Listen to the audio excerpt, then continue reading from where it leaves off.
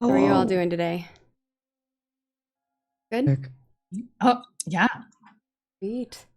Yeah, I'm so excited for this. We've been planning and plotting this for quite some time now, but we're excited to share the adventure with everyone else.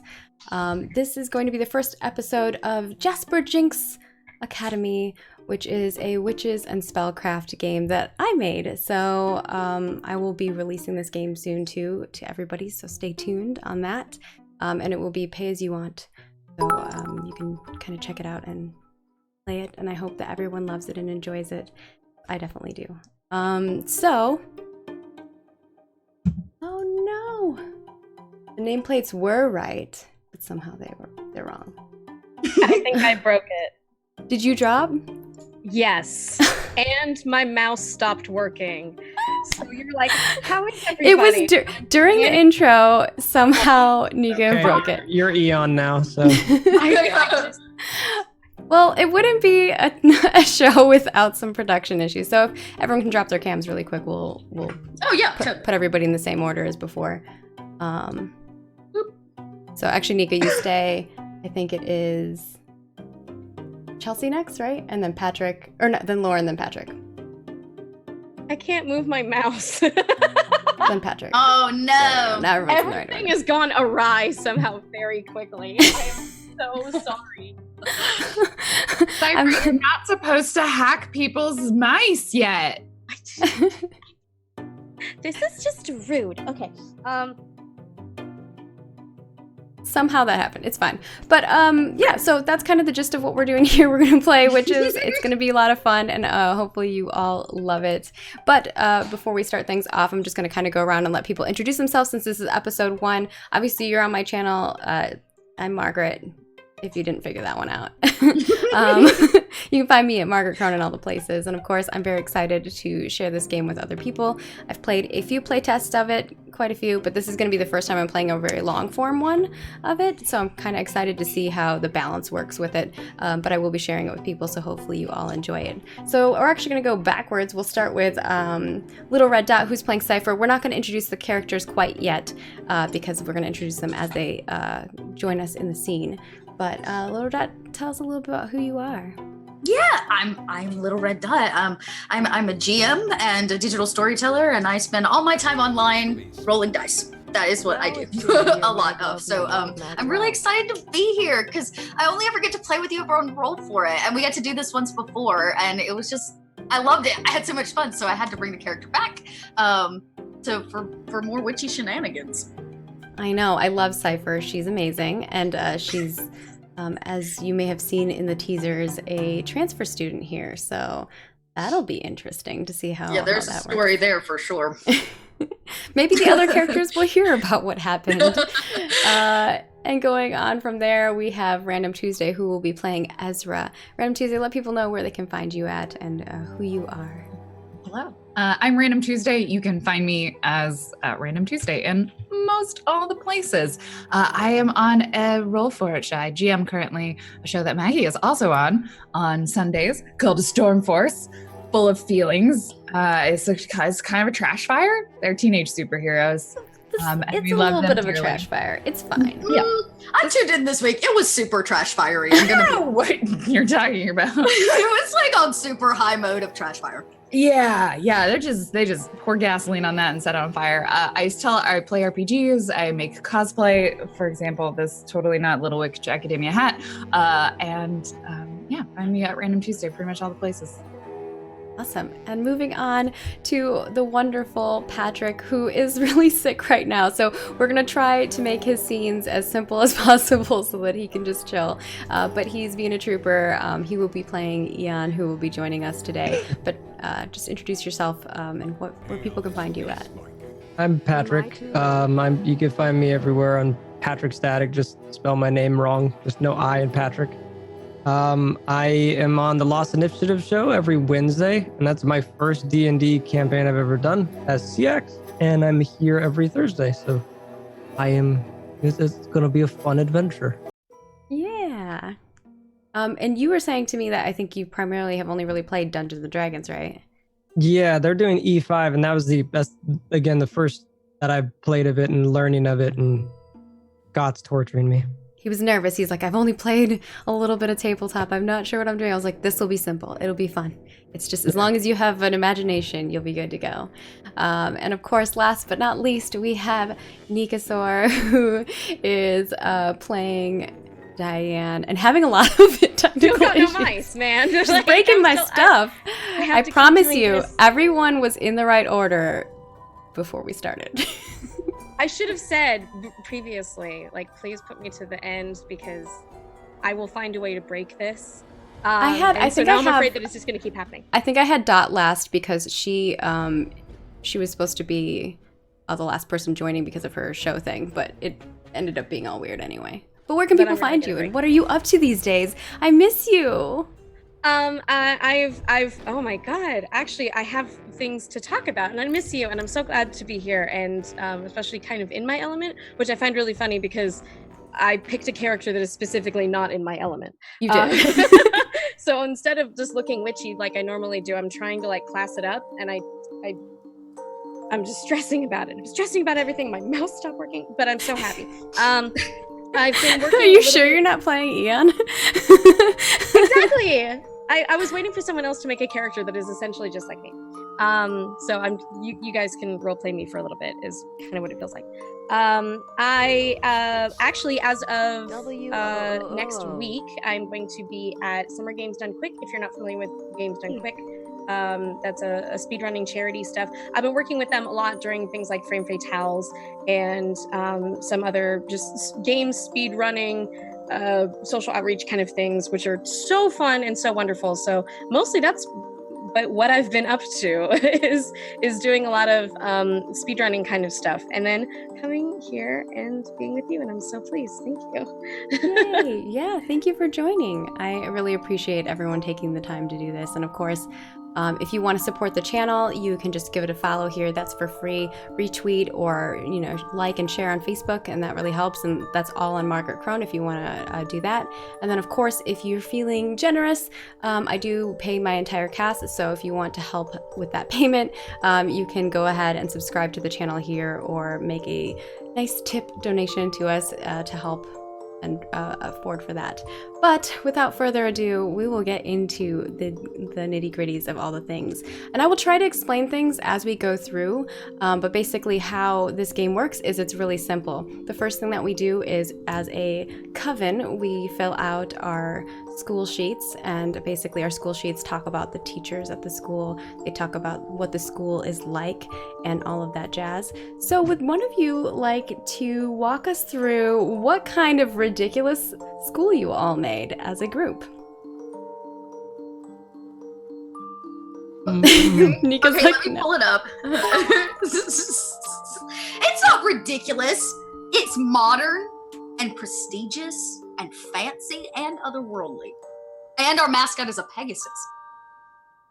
Oh, and it's called Jasper Jinx Academy, the School of Magical Arts and Sciences. And they have very nice trash cans. They do have nice trash cans. Gosh. wanna Should read we? Trash cans, as we've Yeah, seen. you can read the rest of it. What do I have here? So here at this academy, we use our spells to triumph over adversity. And unfortunately, an illusionist has placed a spell binding on our school. Ooh. I know. Should I mention our faculty? Yeah, so basically how this game works is each of the things every witch gets to make. So for instance, their school, one of them chose modern, one of them chose prestigious. So they get to choose each of the descriptions. And for the teachers, one of them chooses the name, and one other chooses the class that they teach, and the other two choose what their characteristics are like. So it's very much a group creative storytelling game. And they made some weird teachers. I'm like, how am I going to RP each of these teachers? But I figured it out. I love think our teachers. I do love them too. too. I They're growing love on me. everything that we have done so far. I think we started this process about a sense of time more than a month ago.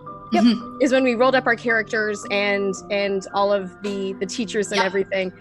And it's just been building. Like I've just been sitting here waiting to be in this environment because it is ridiculously fun. Just how surprising every single person was, and what a cool thing that is to do. That everyone gets to pick one descriptor or something that, you know, like it's modern, prestigious, et cetera, et cetera. So we all get a little bit of input, and we can all sort of craft something completely absurd with it, because you never know what the next exactly. person's and gonna say. it comes out the exact same way, because it's always just a little bit weird. Oh, it's always because weird. right It's always weird. Here's the thing. I've played this multiple times, and I've played with a group that was ridiculous, that went like out there crazy, but you all kind of kept it, I think, pretty. And then there was us. Yeah, pretty kind of together. It's all right. Okay. Just tell us. We're so crazy. Tell us. We're weird. Okay. No, there have been weirder schools. I will let you know. There's been some Just out wait. there stuff. Just wait. And slander, Margaret Crone. There are some secrets in trash cans you don't even know about. Okay. Well, I'm excited. Just so early. I'm excited to learn them then. But go ahead, Dot, and read them off for us. What lovely teachers you all made for us. Oh yeah, totally. Okay. So our faculty includes Professor Oleander. He teaches anatomy. He is grumpy and energetic. He's an energetic grump. Professor Red. They teach magical disco. Best class. Their attributes, they are whimsical as well as fickle. We have Professor Jacobo, right, is what we decided to call him? Jacobo, yep. Jacobo, okay. Professor Jacobo, he teaches advanced alchemy. He's completely humorless and jolly all at the same time. That's what I'm saying. Like these, I'm like, how do I act these? I figured it out though. I think. I hope he's you all jolly, like but has no sense of humor. And then we have Professor Della Astra. She teaches herbology. She is microscopic and gullible. Oh yeah, she's tiny. Yes. Oh, I forgot about that. We have a tiny teach. Yeah. Yeah. I'm excited there most they for are. her. She's gonna be so fun to play. There they are. All right, and that's the school. So it's pretty simple how you make the setting, but you make it together as a group. It is very much, I think, what Dot said. I usually describe it as playing a creative tabletop RPG with dice, but also Mad Libs, because it has basically boxes where you fill in like a noun, an adjective, an adverb, that kind of thing, and you just fill those in. And you could just make ridiculous things, or you can kind of take it more serious. It's up to you, however you and your group want to take it. But you can just have a lot of fun with it. And of course, we have our witches, and so the witches work very similarly. They each have an About Me section, so describes them, and it talks a little bit about the school and kind of like their bonds with the school. So like, well, who their favorite professor is and why, and what their favorite place is in the school, who their best friend is, who they're worried about, who they admire, and then a little bit about their family and what their family is like, who their closest family member is, what their house is like, and what their place is like. And then, of course, we go into a little bit more details about their spell book. So each witch has a spell book, and they start off with 2 spells. And how spells work is you just make them up. You name them whatever you want, and you get to make up whatever they do. And the great thing about this is you can learn a new spell at any point in the game. You just have to be like, I'm going to make a spell. And then you have to roll to see if you succeed on it or not. And everything is rolled with a 2d8 system, and we'll go into that as we start doing rolls and stuff like that. But to just give you the gist of how that works. So, I think we will start off with our returning member. We've got Cypher. We pan over and we see on top of a roof of a house in kind of a very nice neighborhood. These are large homes with, 4+ bedrooms, a beautiful driveway, yards with gorgeous trees that are trimmed. They kind of have like those big long trees that are trimmed into different shapes, and things of that sort. Like it's a fancy neighborhood, and you see a little girl sitting on top of the roof. And that is Cypher. Do you want to describe Cypher? And maybe she's actually petting her family cat. Very much so. Yeah, she sits on the roof of her very large, luxurious home with a very sour scowl upon her face. She is very pale and kind of quaint in nature in terms of just kind of her stature. And actually, let me read. I have a character sheet for this, don't I? I can actually read her breakdown. Yeah, I can do that. Yeah, and she wears a kind of bright neon clothes. She looks like she walked out of like a bad 90s rave. For sure. And her hair is in these two messy buns. It's this bright orange color. Her roots contrast in a dark black. And most everything is like fishnets and black eyeliner. And she wears a very thin set of glasses like these. And she's probably like petting a cat and clicking away with one hand at rapid pace on her laptop. So physically, she's slight and understated. As I mentioned, her hair is black and orange. Her eyes are blue. She's a bit dark, brooding, and curt. She loves her laptop and she loves hacking, but she hates Taylor Swift and handwriting things. Yes, and there's an image of her a little larger if you want to see what she looks like. She is awesome looking. She's definitely something. As she's sitting there, typing away at her keyboard, what exactly is she doing on her laptop? Oh, no doubt she's on some kind of like, I don't know, we're gonna say that there's probably like a witch's web out there. It's like different, it's like the dark net but for witches. And she's kind of hacked into it, and she's writing a blog post, as all high schoolers do, talking about how much she hates her family, and how mad she is at her mother, that she has to go to a new school. And what is it that made you so upset with your mother that drew you to move to the top of the roof and start typing away? Are your family members magical as well, or are they more... I would say probably. They're very, they're obviously secretive. They live in a normal, like upper class suburbia, but they are extremely magical, and they want Cypher to be something that she's not. So the nagging gets to her every once in a while, and the only place she can get away from her mother's constant, like, oh my God, let your hair down. Oh, why is it orange? Can't you wear something nicer? You're in trouble all the time. I'm going to take the laptop from you. So she spends most of her time on the roof because it's the only place her mother can't get to her. And since it's a multi-story home, no matter how loud her mother yells, it doesn't reach her up there. What do your parents want you to do? Well, they want me to be a grand sorceress. Of course, a well-to-do, possibly maybe a headmistress. And all Cypher wants to do is be on the internet and make up cybermancy spells. I love it.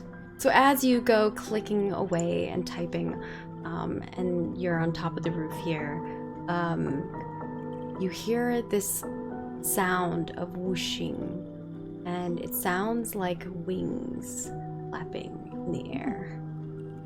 Okay, I look about for a source. You look around and you can see coming up the driveway are 3 Pegasus. Pegasi? Yeah. Is anybody riding them, or is it just like Pegasus showed up in the front yard? Is Pegasi showing up? Is this something that happens often? For you, the first time. Okay. Would I know if that hails something? Meaning, like, does it have meaning for Pegasi to show up? Not necessarily for Pegasi to show up, but you do know that the school that you are going to, their mascot is a Pegasus. Oh, I see. Yes, of course. The last mascot was a phoenix, right? Something like that, yeah. Something like that, yeah. Which suited Cypher a lot more. The Pegasi are a smidge flashy. And she knows that this is the school her mother's always wanted her to go to. So she lets out a sigh and attempts to remain hidden to see what's to come of this. Maybe they won't see her. Yeah. So they clack their way over to the driveway and up to the front door.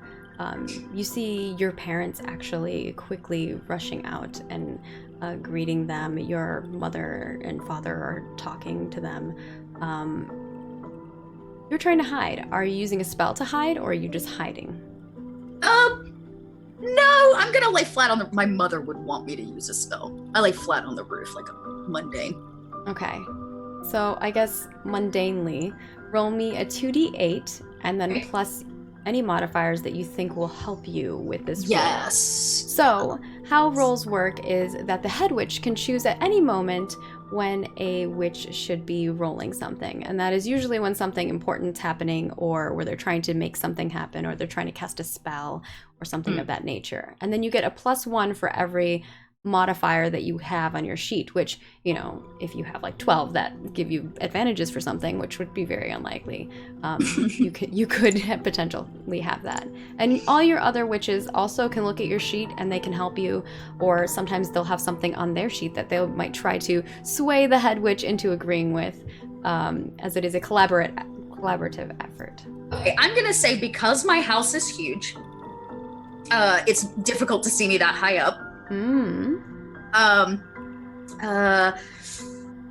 Is quiet up here. Yeah, so I think that's the only one that really applies.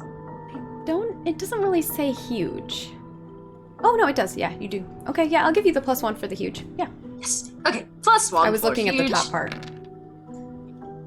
Oh! Oh, you try to stay hidden, but you can't.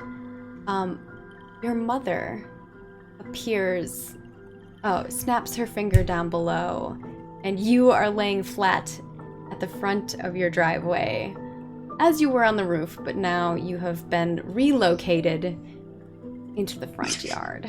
On the concrete, I roll over on my back. I do not stand. Just groan. Cypher, get up, come on. Why? This is not... She's like, excuse me, to the Pegasi, and the father tries to like distract them and talk to them, and she kind of goes over to you and kind of tugs at you and tries to lift you, and then holds you to her side, kind of like forcing you, and then she kind of like pushes your back a little bit to kind of make you sit up straight, you know, and it's like, you should be on your best behavior. Why? It's just a horse with wings. Not just any horse. These are the horses that are going to ensure that you stay at that school. I don't want to go. Well, I want to go to my old school. No, you can't. Why? This will be Fine. something we can discuss at a later time. Get your things, let's go. I have Go on. bag. She just kind of like pushes you to like get you in the door, and she goes back to talking to the Pegasi again, and I'm sure that you gather your things and prepare them, and your parents, as you come out the door, your mother kisses you gingerly, and your father hugs you, and they both look at you and they're like, you're gonna do so well at this new school. We assure it. You don't even have cybermancy. Don't need that, honey.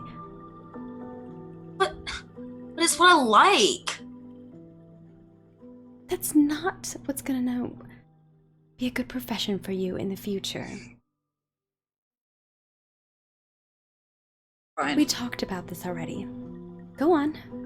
And one of the Pegasi puts his like legs down and kneels enough for you to like kind of climb onto its back. Wait, I have to ride it? Well, of course. How else would you get to the school, honey? Well, like a bus or something. You've taken quite a few riding lessons. You should be fine. Ugh, and I like flop over kind of like a wet noodle. Like everything just drags. Like I drag my feet and my bag, except my laptop bag. No, you don't worry. Yeah, the Pegasi like grunts a little bit at first because it takes your weight, and then all of a sudden you hear the wings of these 3 Pegasi start flapping, and the first one goes off and the other 2 follow behind you on one of them, and they go up into the sky, and you go up into the clouds. We're gonna pan over to another witch. One that is in kind of an interesting location. Interesting location, I mean in a dumpster. You said that, I was like, that's me. Eon, you are laying there inside of your dumpster. You have kind of like a makeshift bed that you've made out of a trash pile.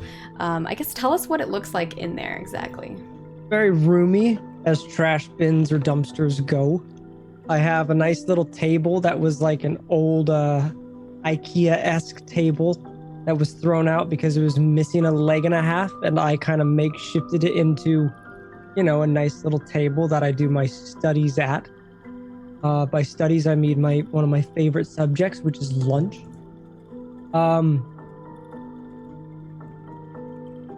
Other than that, it's kind of like just a lofty dumpster, kind of very roomy. I have a bed, I have a table, and I have a small partial kitchen. Yeah, and so you're in there, and something kind of crawls up to the lid of the dumpster, lifts it up, and you see a tiny little pink nose and whiskers come out, and just hear a little. Sounds like a little rat making a little chitter noises, and it pops its head down in, and it kind of turns its head back and forth, and its little paws are like kind of looking down, and it's like sniffing in the air down at you. Eon raises his hands and says, Phyllis! Phyllis jumps out from the top and lands in your lap and kind of nudges you and snuggles in with you. Ian just starts cuddling little wraps Phyllis. her tail around your arm. Yeah. I put Phyllis on my shoulder as I go back to studying at my table. And Phyllis starts kind of like looking around a bit and looks a little nervous and kind of like pointing her nose up towards the lid of the trash can, and then looking back at you and kind of tickling you with her little whiskers. Eon asks, what's wrong? Something outside? And she just kind of nudges again outside, like there's something out there that maybe you should go check out. Okay, Eon goes to a little makeshift hole that's on the side of his dumpster. It's not directly the entrance, but kind of a side entrance to see if he could peek to see who's coming by his dumpster. And so when you peek out, you actually see, what is that thing? Oh, you recognize it. There's a Pegasus flying down.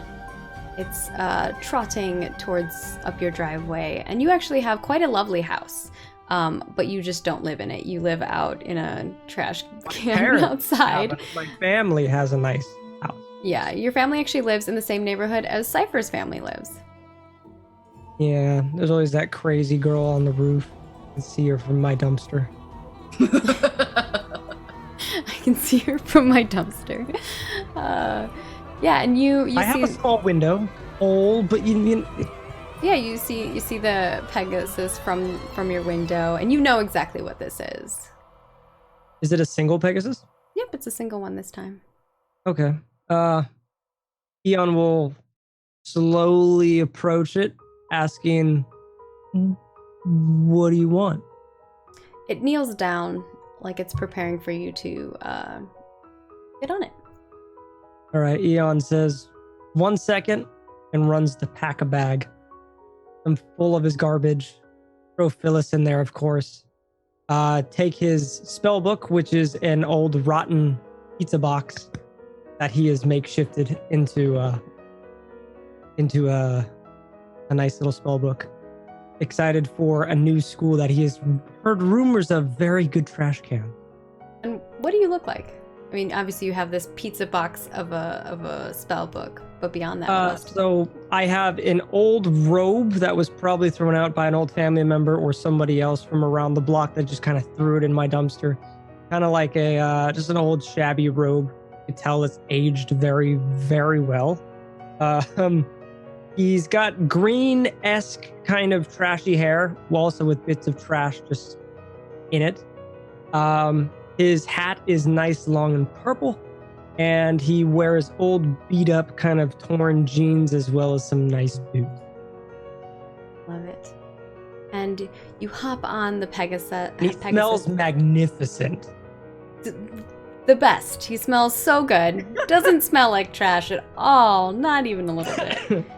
And you get on top of the Pegasus, and you ride it away as you'd have time before.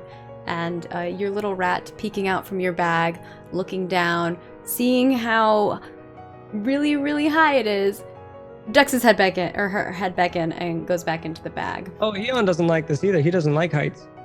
Are you grasping onto it? Oh yeah, I'm surprised the Pegasus is still flying thanks to my stench.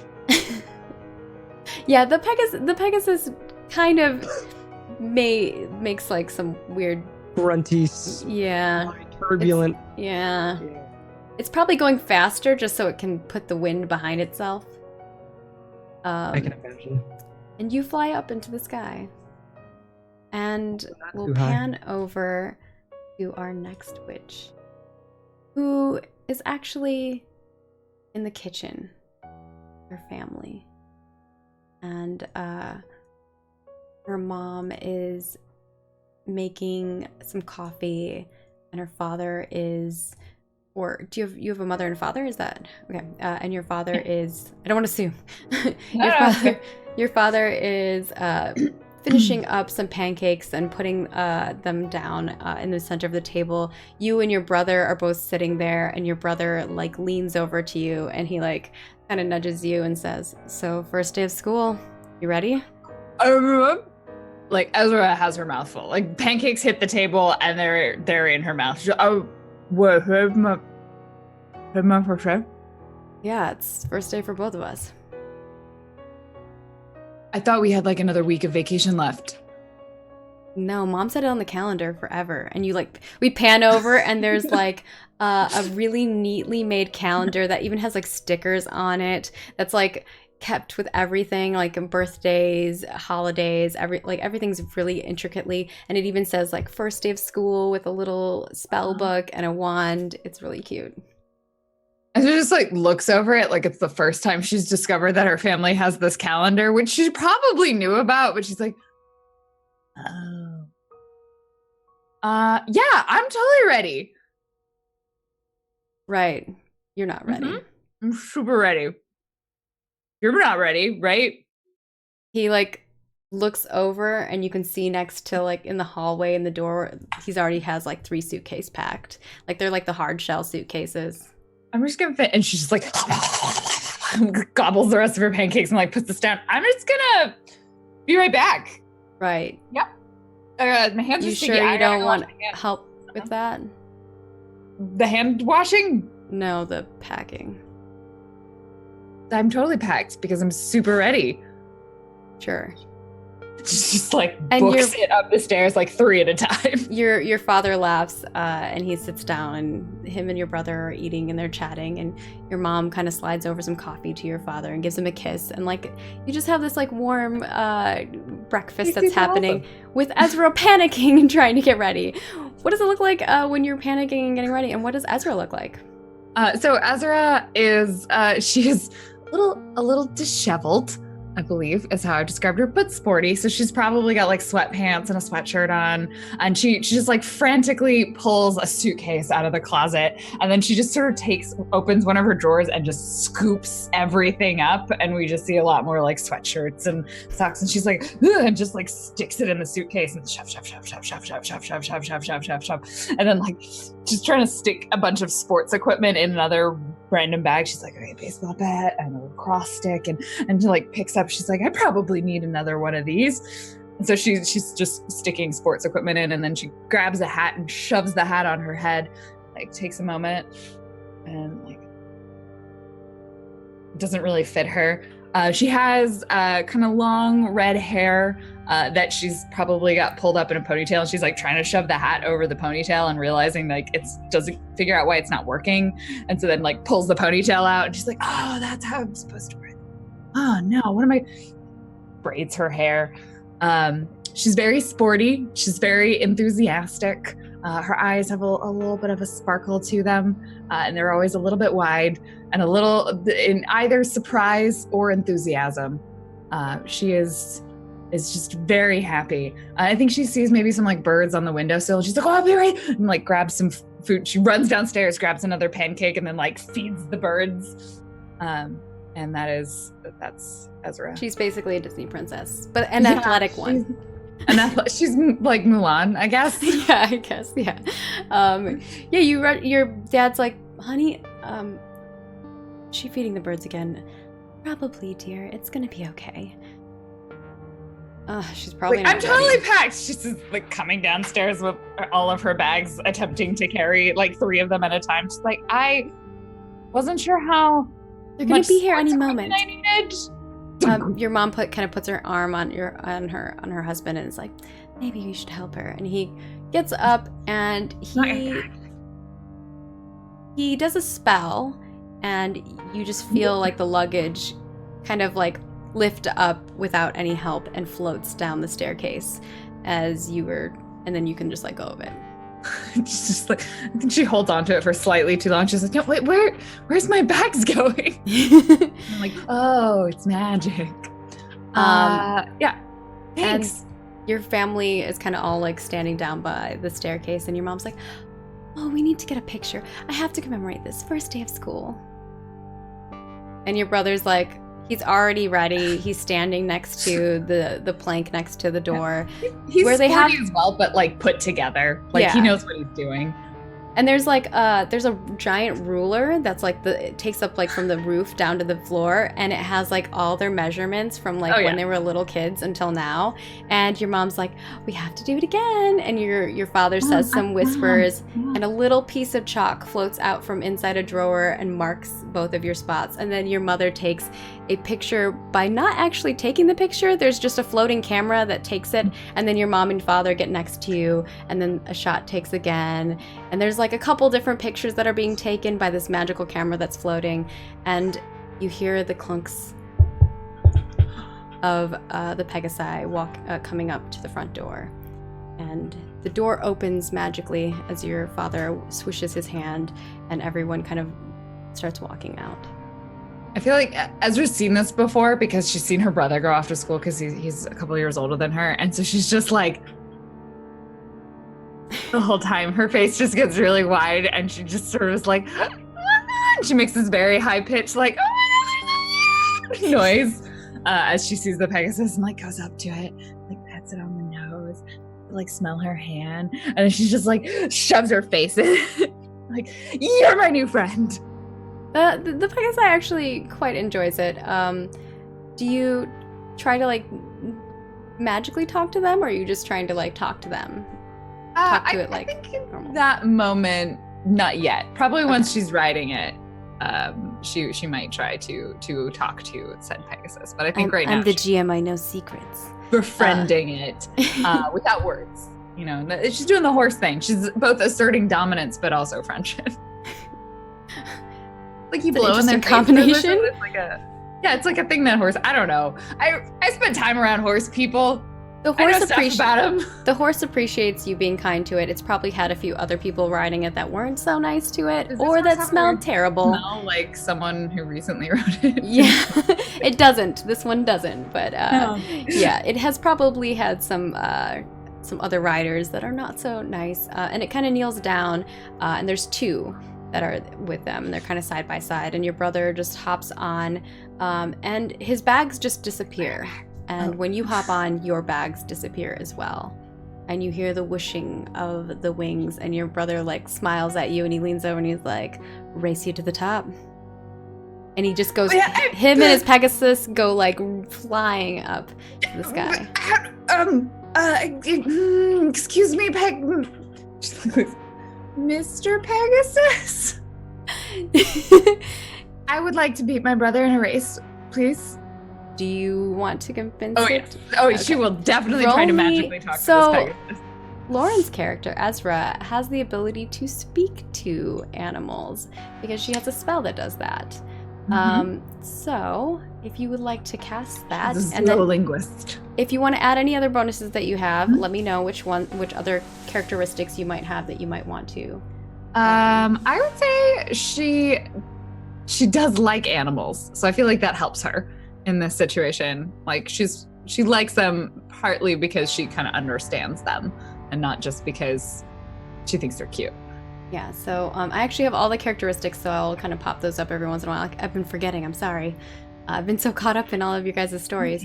So there's Ezra's little thing. So I think you can probably get a bonus for that sporty, for sure. Okay.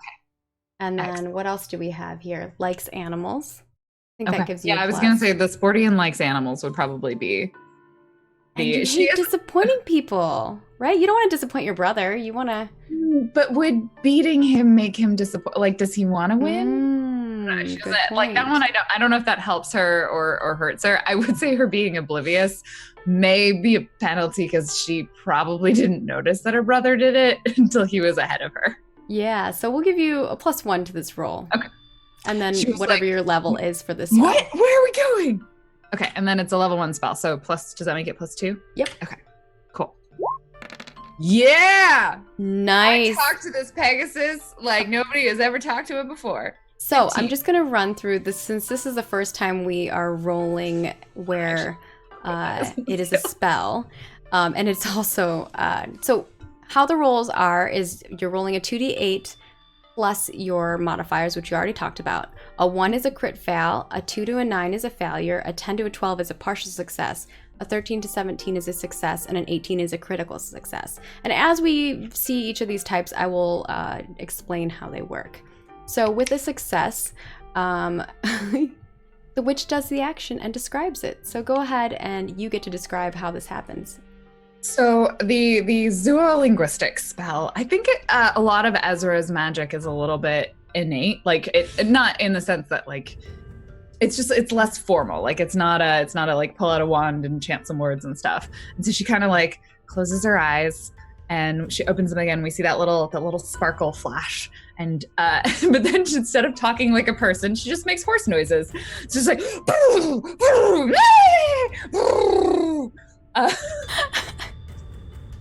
but they come out like out of her mouth as if she is a horse. And so the Pegasus completely understands everything that it translates directly into the Pegasus's consciousness language. And we see the Pegasus sort of nod. They're like, yes. And they begin flapping their wings with extreme speed as she gets down really low because she's sporty and so rides this Pegasus like a professional jockey. She watched them on the magic television. Perfect. I absolutely feel like adore she's that. an avid fan of Pegasus jockeys. Like her favorite Pegasus jockey is Eloise Fleetfoot. Eloise Brilliant. Fleetfoot. Yes, Eloise Fleetfoot. She's making up NPCs now. I gotta write them down. You're welcome. She's just a famous person in our world. She's a famous Pegasus jockey. She also is a unicorn jockey. She can ride anything. Best rider. She's won the Grand Prix several times. I love it. You're welcome. I absolutely adore it. Yeah, and so we see this as you burst out into the clouds, and we are going to pan over to another witch who, unlike the other witches, well, I guess maybe similar to Ian a little bit, has been a little bit forgotten maybe. She stands at the edge of her driveway, her house behind her, no family members there to see her off. And she stands there with all of her things already packed. Describe to us what Diane looks like.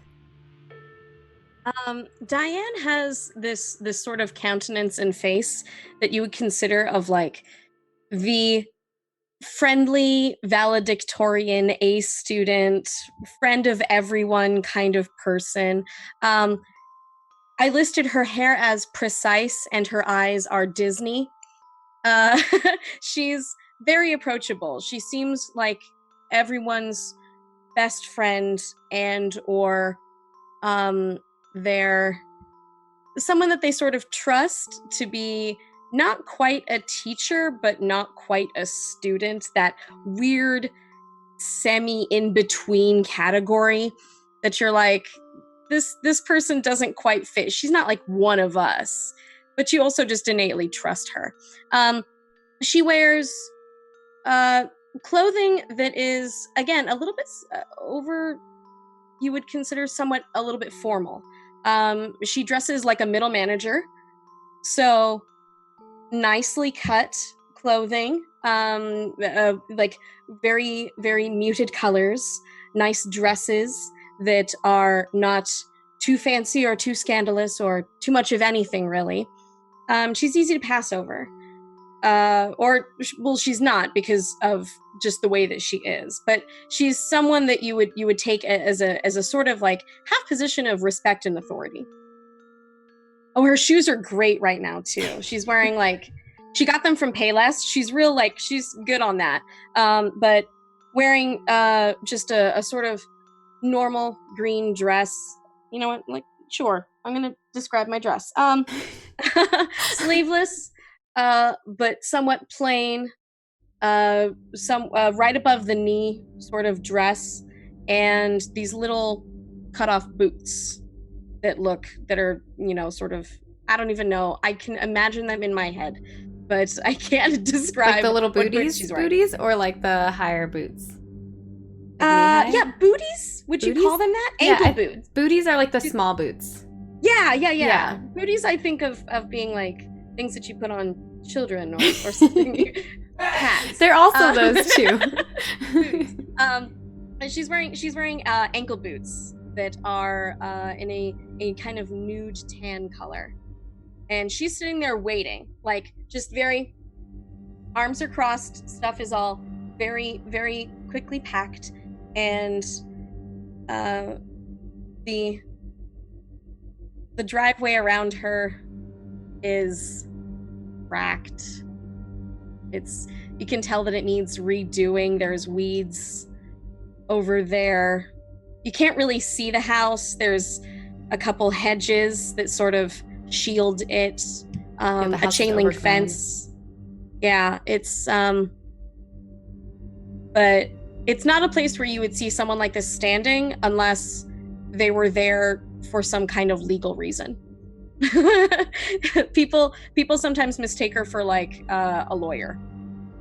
So standing outside of her own house like this. Yeah, her house doesn't look like the place where she would come from if you were just to make a judgment call. And so she stands there in the driveway. And what is Diane thinking about as she stands there alone in the driveway, preparing herself for her first day of school? She wonders if she's packed everything, which she has. But oh no, it's that moment where like you're gonna get on a flight and you're like, did I forget to pack my Did I have everything? Have I grabbed my phone charger? And she's surprisingly very calm about it. Like, did I pack everything? Yes, I did. Did I though? Like, it's not really self-doubt so much as she's going through it for possibly the 5th time in her head. She's remembering and thinking about it. She's waiting. She's feeling impatient. She doesn't want to be standing here. She got here early just in case they would be early, but the Pegasus has never been early. So it's always on this time. Is like she was just hoping that maybe somehow she's tapping her foot and trying to ignore every single thing else around her. But she is looking one more time out for her cat. Yeah. There's a cat. And do you call out to your cat? Yeah. Sort of. No, she doesn't. She looks around. She keeps looking. You know what? Roll me a 2d8. We'll leave it in the fate of the RNGs to decide. Do I have a modifier for it being my favorite family member? Yeah, totally. Is that a 1? Yeah. You can roll that Even my cat doesn't show up. Okay. It is an alley cat. Oh, that's just so sad. It's listed on my character sheet. I am closest to my alley cat, Juan, because it notices me. So as she's about to go off, there's this alley cat, and that's at least knows it's out there somewhere. Like a +5. Come on, like. Maybe she said bye to it already. She's I didn't even tell anybody. I just left. Exactly. Nobody even knew. They're like, "Where's he on?" I don't know. His family's probably looking for him and is not sure where he is. He's in another dumpster down the street.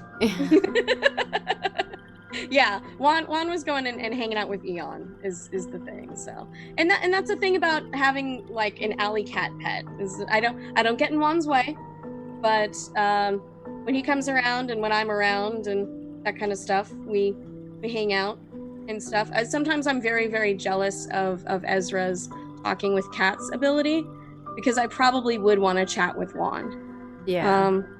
Juan's getting up there in age too, and I have to like kind of understand that. Like maybe he can't make it here because he just doesn't know that it's time for me to go.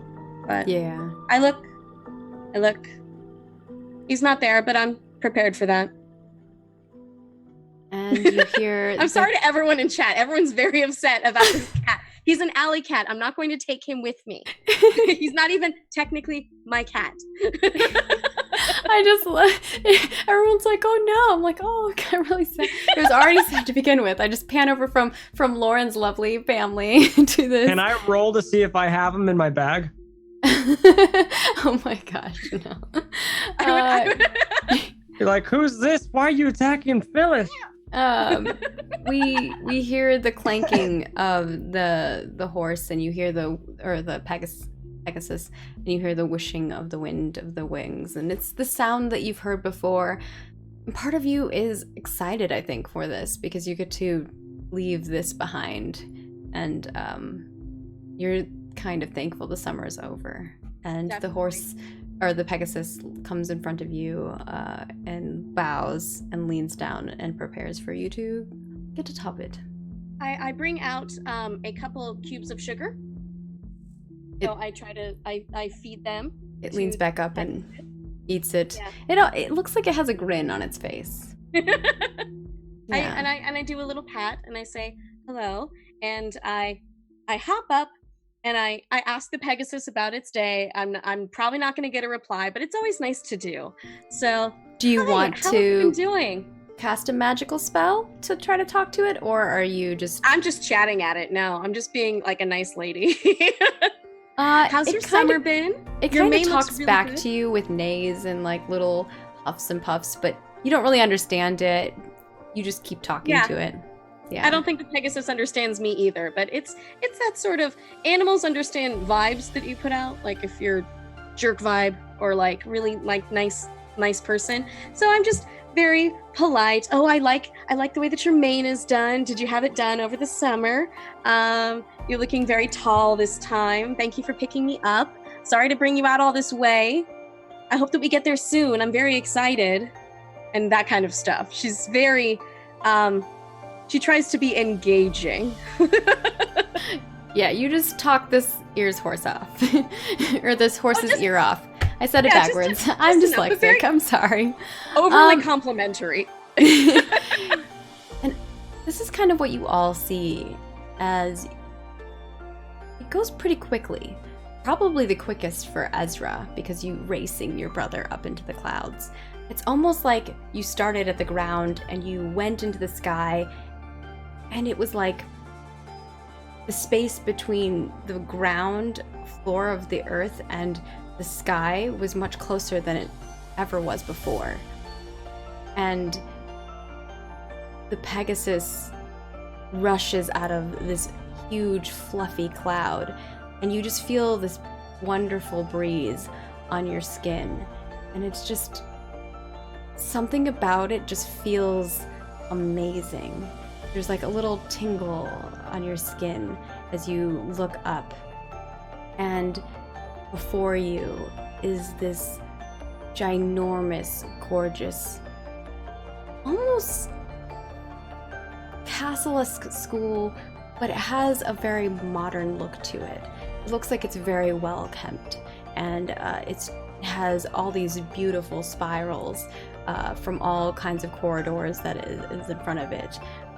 You see a giant statue of a Pegasus its wings spread out, and water it's like a water fountain that's in the bottom that is just like spouting water, and there's like this giant water fountain in front of it, and the water even looks, something about it's different. The color for certain, it's got this like beautiful purple look to it, but it's sparkling and it looks like it has some kind of magical element to it. And the windows on the school look like you can see a galaxy through the windows on the school. It's not like windows of a normal school. And the Pegasi, you just see around you as you look around, hundreds of Pegasi with other children on them.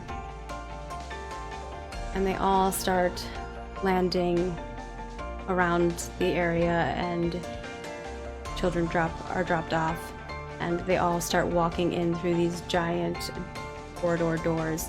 There's like there's kind of like a courtyard area, and it has like this giant archway with these beautiful flowers that are surrounding the archway. They're like purple, and they look like galaxy flowers. Like the flowers themselves kind of look otherworldly, like they're from someplace else. They're not from where you were born.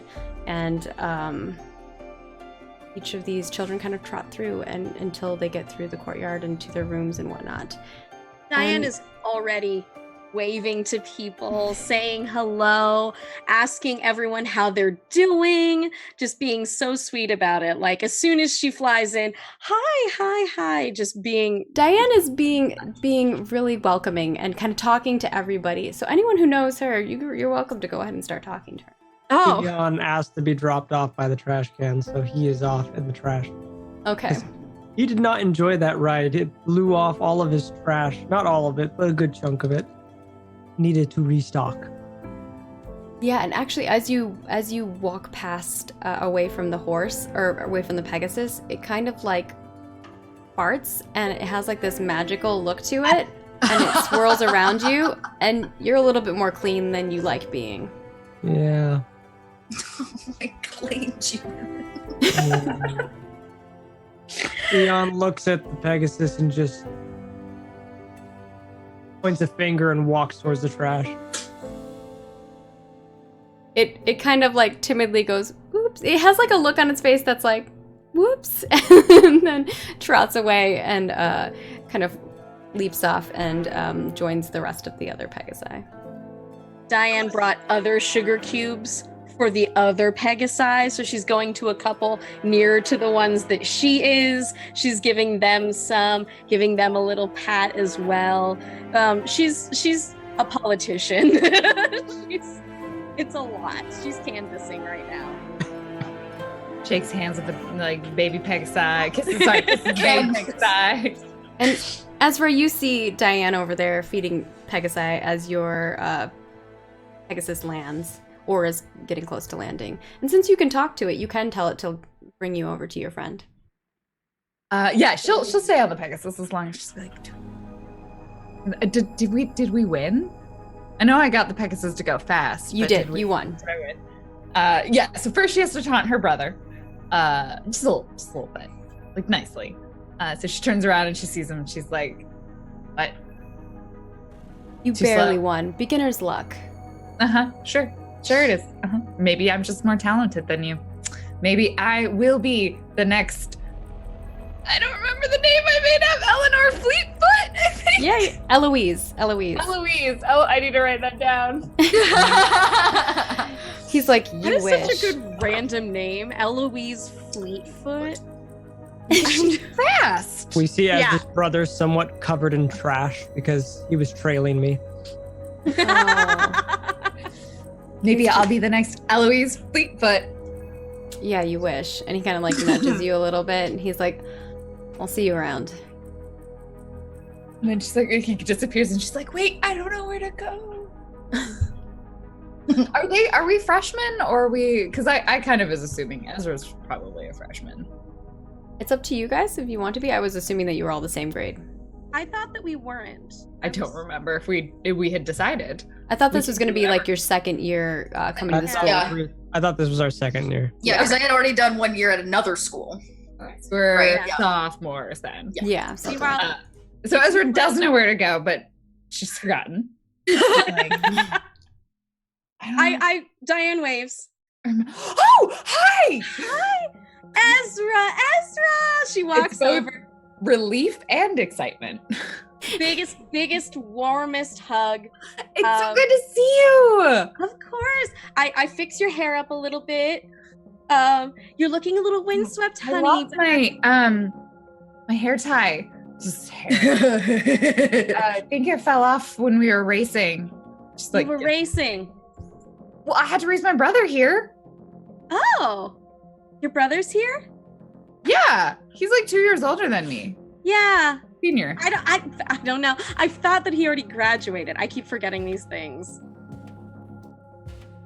You don't forget things. Yeah. Diane's hiding the fact that like her brother irritates her very badly.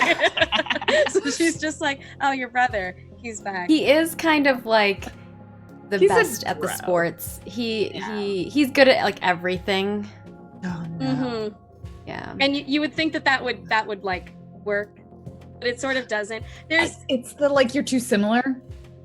Yeah, there's like Ezra is someone who can see through Diane's bullshit in a good way, Mhm. and then he is someone who just sees through it, and she's never forgiven him for it. so she's just like, oh, he's here. Great. My job is harder now. Anyway, oh honey, it's so good to see you. Did you bring cake? Cake? Yeah. You cook all the time, don't you? I do? Mhm. I just like food. I don't really make it. You But I bake. think my I mom honestly packs some thought that like a snacks. part of a thing was like she just always bakes. Was it? Yeah, I thought so. You said that that's what you wanted your character to be doing, I think, but it doesn't, Totally it doesn't on have board to with be. that. It's not on your Remember. sheet, I don't think. But Well, pretend that's in character. Yeah. Ezra's like, oh, yeah, right. Yeah. And she just like goes into her pile of bags, which are just a complete mess. And she pulls out, she's like, I brought a sampler. And she just opens this up. And there's just so many different kinds. Like this one. And then she hands another. This one, I think I put lavender in it. This one was sesame. Great. I was. Well, these can't all be for me. Let's go. Of course they are. I have a whole nother layer for everybody else. I know. Let's go hand them out to everybody. Hello, hi. you I see, hand one. you see another kid that's like going through the trash bin. Oh, here you go. Would you like a cupcake? We know him. I have no idea what this is. Oh, hey Diane. Hey Ezra. God, Eon. Hey, Jan. I don't know why I thought that there was someone else hanging out in a dumpster. I thought maybe you were hungry. Did you want this? It seems Totally didn't listen to anything, but he looks at the one that Ezra didn't know what it was, and he's like, snatches it and just starts eating it. He's like, this is really good. Cool. I think that one was. Got like worms That and was stuff in the definitely- middle of it. Yeah, there's like that was the. And then Ezra remembers that it was the one that she just like knocked too much salt into and was like, it might work. Oh yeah. Yeah, that one. Here, I have more. I made them for you. He also says, "Oh, gosh, burn." And Do you like all of the As- ones? Eon is shoveling these weird tasting cupcakes into his mouth because they Smothering have trash on it too, just extra salt flavor. in them. You see a girl that none of you have seen before. She's got red hair and a black hat and kind of like mesh shirt on. I'm walking around my laptop looking for signal.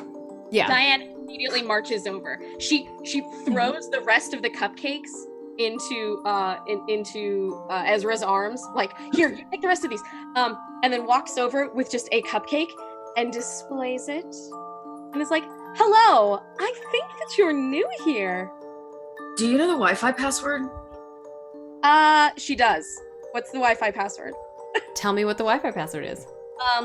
Jinx is the best. Which is not 198. Stitches. It's Jinxasis. This sounds really weird. Okay. Like Pegasus and Jinx, as in Jasper Jinx. Uh-huh. Anyway, yeah, and then for all of those things, and then it's 443. So Jinxasis 443. Jinx is 443. Okay, Yes. thank you. I grabbed the cupcake and I turned to like walk away. Cool. Bye. I'll see you in class, maybe. Eon looks over and is like, "Oh, hey, Cypher." Waves to her. Wait, You what know the her? hell? I waved back actually. Yeah, Very nonchalantly, but she's always trying to look for a good signal on her roof. She's a weird one. She's really Oh. cool though. She's got a really cool computer. Okay. Cool. I kind of walk over because you're literally the only person I know here. And I stand there making no eye contact. I'm clicking away at something. Ezra made these really cool brownie muffin cupcake things. You want one? Ezra, you don't want one of those. I'll listen to They're her. just It's amazing. For Eon. Shoves it in her face. Just Wow. for Eon. Eat. No. Okay, I take a bite of it.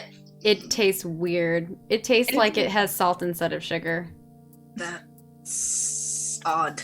Was I just lick the icing off the cupcake. just the icing has too of much trash. pepper in it And bits- Pepper. and trash. Look, Ezra didn't know what she's doing. She's oblivious. She was like, "Pea. Oh, that must be what I want." Like she's like thought it was something else, like pistachio. Paprika. Oh, right, yeah. Lovely. I love how it's like Eon's like cupcake Sona. Like Yeah. it's just I say this as someone who was making food the other night, and I just grabbed a jar and didn't really process which one it was, and thought I was like, "Yeah, this is the cumin." It was not. It was cinnamon. Oof. Very different flavor profile. I'm deeply grossed out by this. Yeah. Diane's just watching this unfold and waits for a minute and goes, "Well, if you're new here, I'm Diane, and I run a lot of the student-run clubs in She runs Jasper the- Jinx Academy." And then Ezra just starts listing all of the clubs that Diane runs. And I'm just nodding. Yeah, that one. That one's my favorite. Eon, still eating, just asks Cypher, "So, I thought you were going to that other school with the Phoenix." As you're still eating it off, he just like totally bypasses and just asks Cypher, like, what are you doing here? I lick all the icing off and toss the cupcake. Ezra hands you an actually tasty cupcake. I lick all the I icing. trust that. Phyllis goes and gets the cupcake you threw it. Yeah, I mean, I wanted to, Mom, whatever. Ah, parents thing. I totally get it. Yeah, so And then it remembers, I didn't tell anybody I was leaving. Oops. Okay. Send a letter. I don't think I locked my dumpster. Oh well. Are there Continue thefts to eat. often in the dumpster? What? Do they empty it at all? Oh God, no. No. The more, the merrier. the last time I watched him try to empty his dumpster, it was a mess. Yeah, that was a bad day. I mean, not the dumpster, but the whole situation. Yeah. It was a bad day for everyone. I almost had to go get a new dumpster. I was this close. Luckily, I just yelled at them and screamed at them, and Phyllis had to bite a dude's toe. We got it settled away, though. Yeah, I watched. You guys live close. Couple houses away. Yeah. She's got a really big house, and I see this. No, it's not that big. It's just Looking at Eon, just looks at her clothes like she's very bright. You could see her a mile away. it's Diane has never seen either of these people's houses. She has no idea what to expect. If these people come from the same neighborhood, she imagines it's a lot like her neighborhood. So she's like, oh, okay. It is nothing like Diane's neighborhood. It's just, yeah, exactly. It is like the fanciest place, but she's like, cool. I'm getting an idea of where you guys are from now. I like this. Cool. So yeah, I like look up sun, clouds, Pegasus. How do I get inside? Why outside? We're here at the trash can. This is like the best place in the entire school. There's a couple other better ones. Ian, we're here for school. You have to go inside sometimes. You know that. Oh, well, I guess I've got it. Okay, Ezra, I didn't tell you this last time. Before the semester ended last year, I found the best dumpster. It's on the opposite side of the courtyard, behind Professor Red's dormitory. Right there. That's where I'm going to be. You can take their class from the dumpster. I can. There's a window right there. I can listen to the lectures. You can listen to one of the lectures. Pulls out his pizza box. I've got notes ready. It's like okay, cool, somebody great. threw Well, out then the I guess notes I'll from last year, and I just kind of pasted it with really bad glue. Oh God. I guess it gives you this look that's like, and then he's like, all right, cool, great. So, well, we're gonna go in the front door. Over there. It's the other way, honey. You're thinking about the side door. I love you Yes, so much. I'm so glad to see you. About the one next to the sports field. That's basically the only one I've ever used. sports field. Yeah. We do Pegasus polo and racing and track and field and sky. There's also a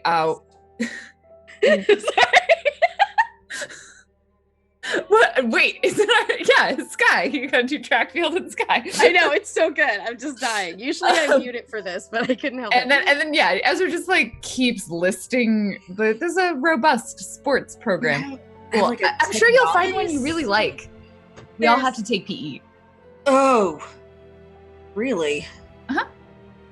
Don't worry. There's a lot trash of- can there too. You can chill.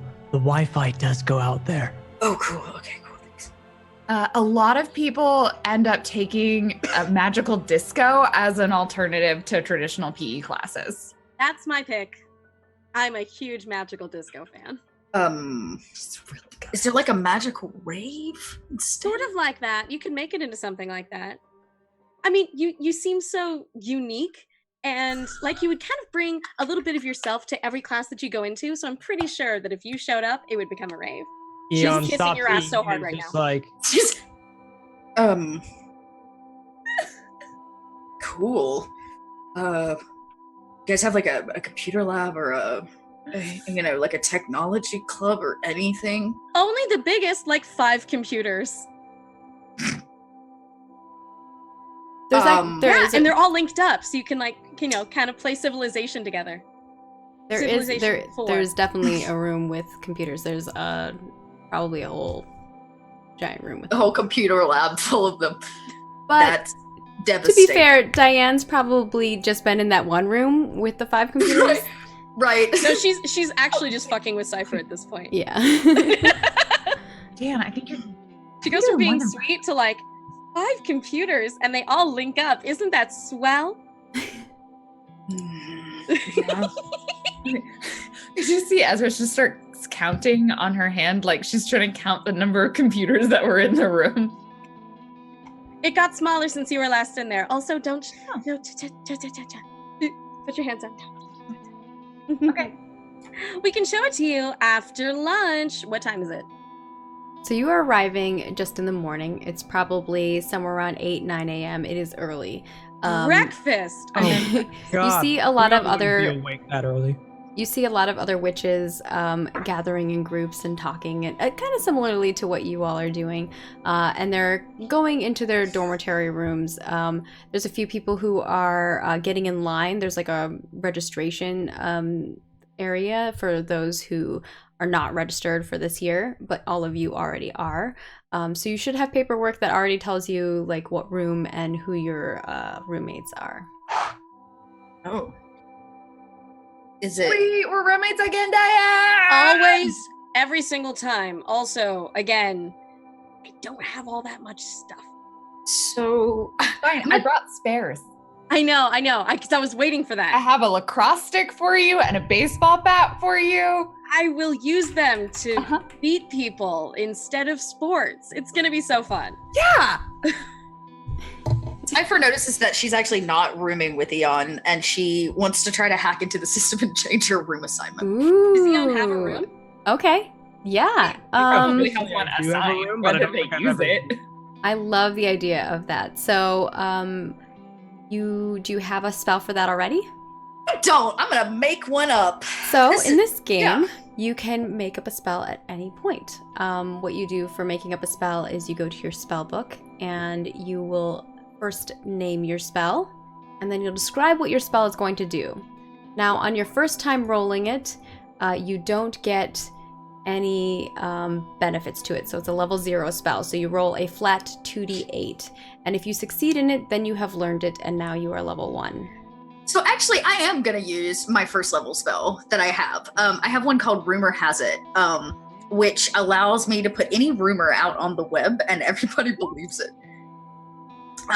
So I'm going to roll a Rumor Has It. I think, and you know what? Let's see. What do I have to add to this? I gotta get. I mean, let's see. What have I got? I'm pretty brooding. Hacking. Okay, I like to hack, which is kind of what I'm doing.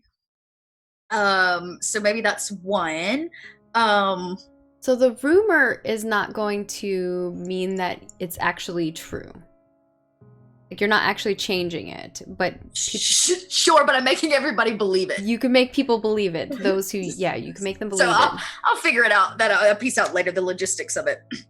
But I'm gonna make everybody believe it. So Okay. like, I go onto the witch's web, the witch's worldwide, the The witch's, Witch's World web, Web. the witchy web, The witchy and web. the witchy web, The Witchy Wonder Web. the witchy we'll figure it out. It's a work in progress.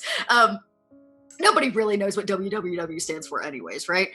So I go on and I get on it's not Twitter, it's I don't know. We'll call it Wiccabook. I get on Wiccabook and Wiccabook and I make a post that says, "So excited to be rooming with Eon. It's gonna be a great year." And I'm gonna give it a go. Yeah. The only one I think I can do is See, we've got Cypher up here. So we can all look at Cypher's sheet and we can kind of help her figure out what things will give her a bonus. so it's kind of hacking, not really. Let's see what else have I got. Hmm. I mean, Eon does get me, which would make sense. I'm wanting to room with him. Yeah, I'll allow that. Those are her So- school bonds, basically. Yeah. So is that's one, right? Or are we counting hacking as the second one? I'll allow you to have hacking on this as well. Cool. Okay, so that's two. That's not too bad. And I think, Ezra, were you trying to cast your spell to help? I saw that you posted that in chat. I was clicking on buttons. I can, Yep. but I don't think Ezra knows what she's doing. Yeah. I was okay. like, I successfully cast it, and then I pressed the wrong button. Okay. Yeah. Lauren Kim's a little I bit just of wasn't Ezra. sure if you were like being like nudge, nudge. I want to do this as well. So No. I think if Ezra knew what was going on, she would totally do it. But that'll probably come later. She's gotta give a speech. Yeah. Wiccabook and Instagram. I like Instagram more. Me too. I like Um, Instagram more like a lot.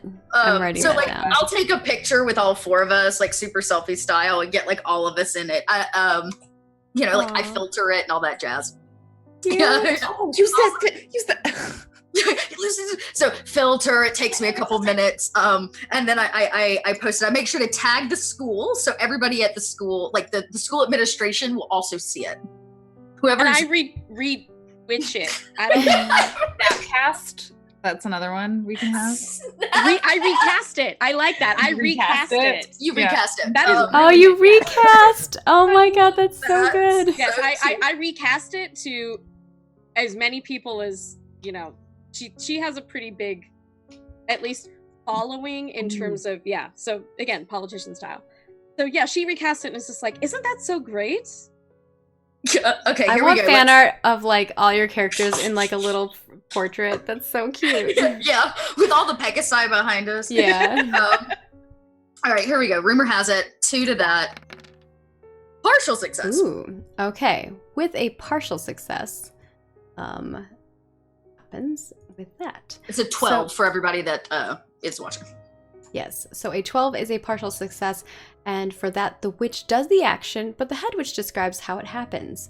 So, yeah, you take this picture, and it goes on the Instagrimoire, and you note it, and you tag all the right people, and you just see panned over in an office room, looking at a screen that's kind of floating in the air. It's not like hooked up to anything; it's just floating there. You see what looks like maybe another professor or something like that scanning through pictures, and it pauses, and you see them look at that and reads it and kind of grins and then keeps scanning through them. And your spell goes through as you it's kind of like inside your phone is like this little magical, as you hit the send button, like a little magical surge goes through your phone.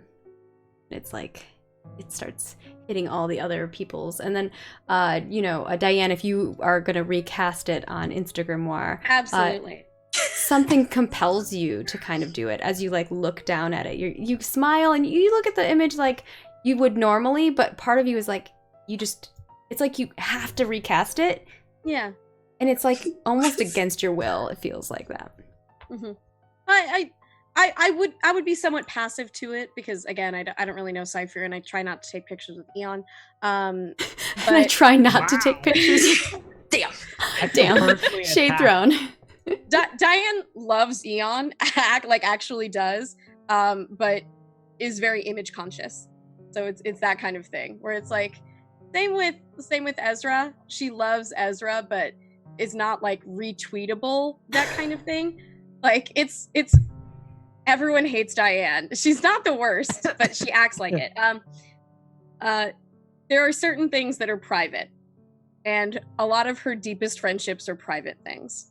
Oh, so, and then there's the other ones that we will make them all not private. But this time it's like recast it. She just went, why did I do that? I don't care.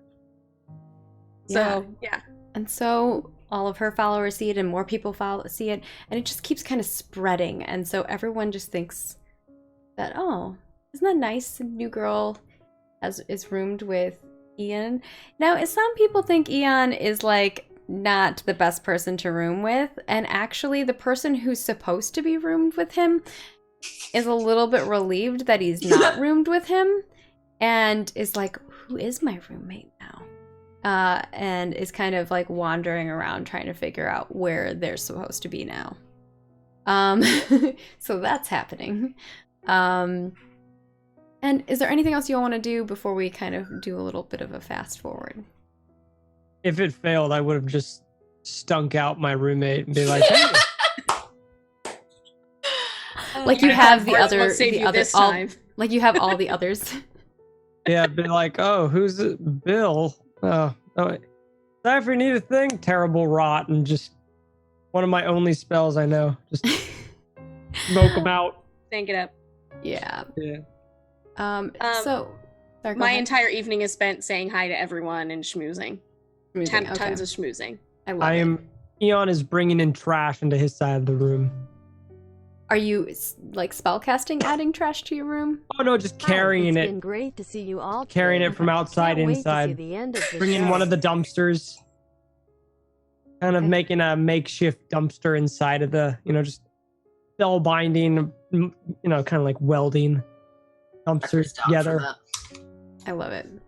And so that continues on, and we are actually going to go to a break as the 4 of you sit in your first classroom.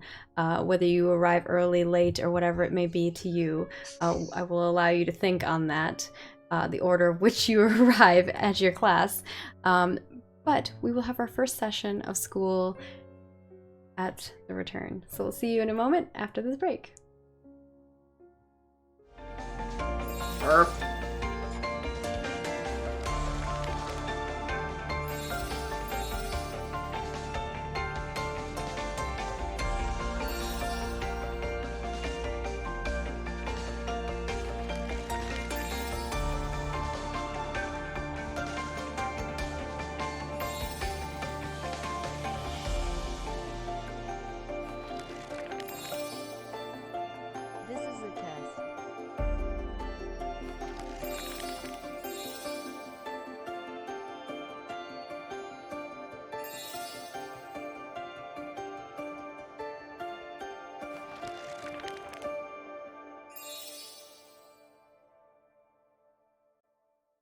All right. Welcome back to Jasper Jinx Academy, where we are learning all about magical arts and sciences.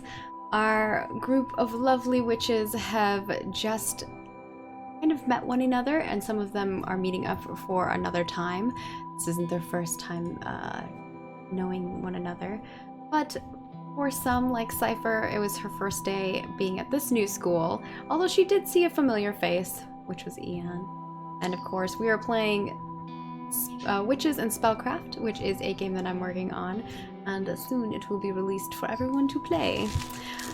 But we are going to pan forward. The first day of school was just kind of a registration day, so you all have kind of settled into your rooms, made your rooms look how you'd like.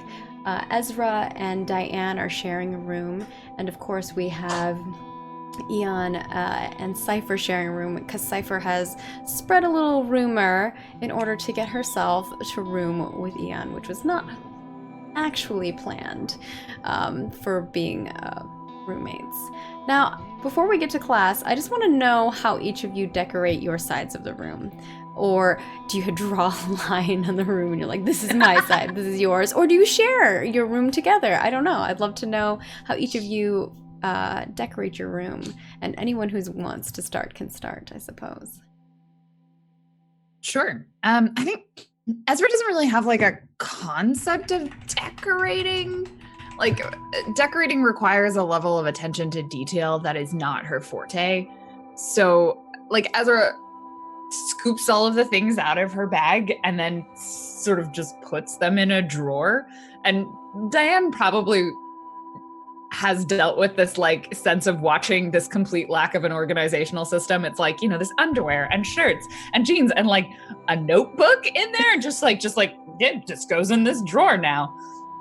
But I think she has like a couple of little mementos that she puts out. It's so like she has like a trophy from something that she won and is really proud of. And then like a picture of her family that's like a magical sort of moving picture of Harry Potter sort of style. And it like cycles some things.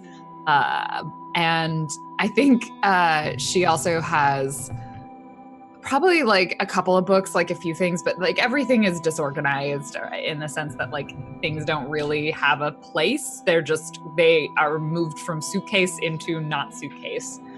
And then she like flops down on the bed and it just sort of like it probably falls asleep.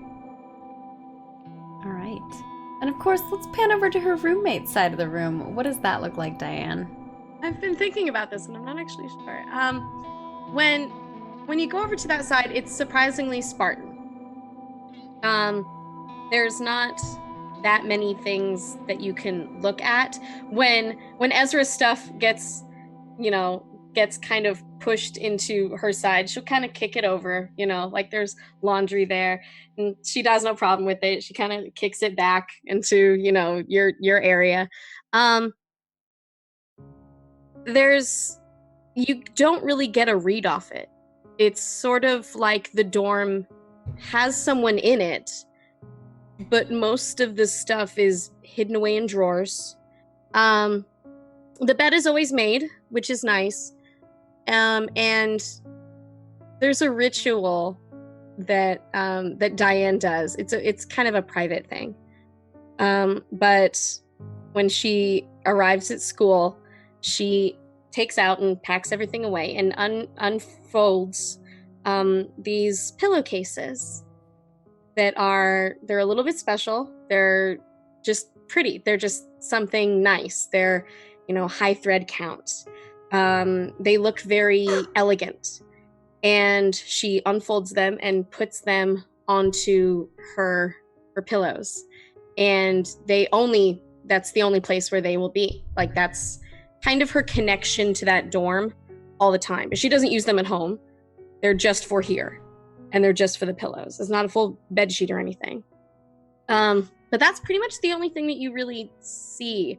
Everything else is sort of put away and sequestered in the chests and the things in the rooms. But there's really no other indication of that. juxtaposed to that, Eon, what does your room look like? I'm assuming it's not going to be anything like that. No, it's beautiful. Trash everywhere. I mentioned earlier, Eon was kind of trying to makeshift a dumpster to kind of trap in the smell because he is aware of his stench. As much as he loves it, he knows other people do not. So he tries to make a somewhat tiny little living space in his side of the room. Not a centered line, but like has a tiny makeshift door, that he could just kind of walk in, just kind of made around the bed that he has totally destroyed with trash. And it smells, but not as bad as it does inside. Okay. And this Just we looks like pan a over mountain of trash, basically. Yeah, on we see this wall of trash between Eon's side of the room and Cypher's, and a tiny door opens, or like a door opens up that's like a cardboard door that like he leans in and looks over. And what does Cypher's side of the room look like? And how does she feel about the trash pile that is accumulating over there? The trash pile, it just blends directly into like her side of the room, which looks somewhere between like a scary Army Navy surplus store and like just like odds and ends, like pieces of CB radios, pieces of computers. So it's like it goes from like trash into junk, like electronic junk. But what's the difference? What's really the difference? It's just really how you feel about it, right? And then If anybody else came into this room, they'd be shocked. right? And she's taken one of the walls and she's spray painted all over it in black and neon paint. And it simply says, I'm going to put it in chat because it tickles me. It says, "Give me a break," on it. Because it's a coding joke.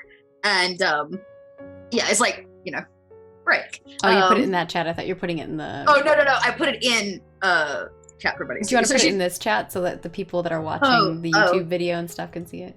Oh, yeah, for sure. And then once Cypher's done with it, she just throws it to Eon's side of the room. Tosses it. Oh, it won't show up in Zoom chat because it's actually a coding joke. Let me see if I put it in quotations. Give me a break. Will it? No, it won't show. It reads it like code. That's so funny.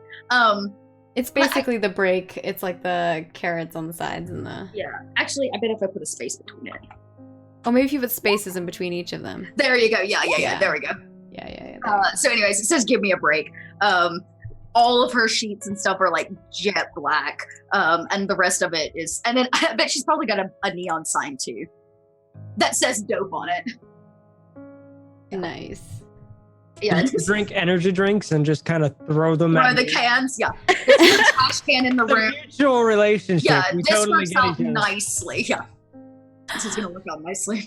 I forgot to mention that Diane has all of her things, but she doesn't have that many things. But she also invites herself openly to use all of Ezra's shit.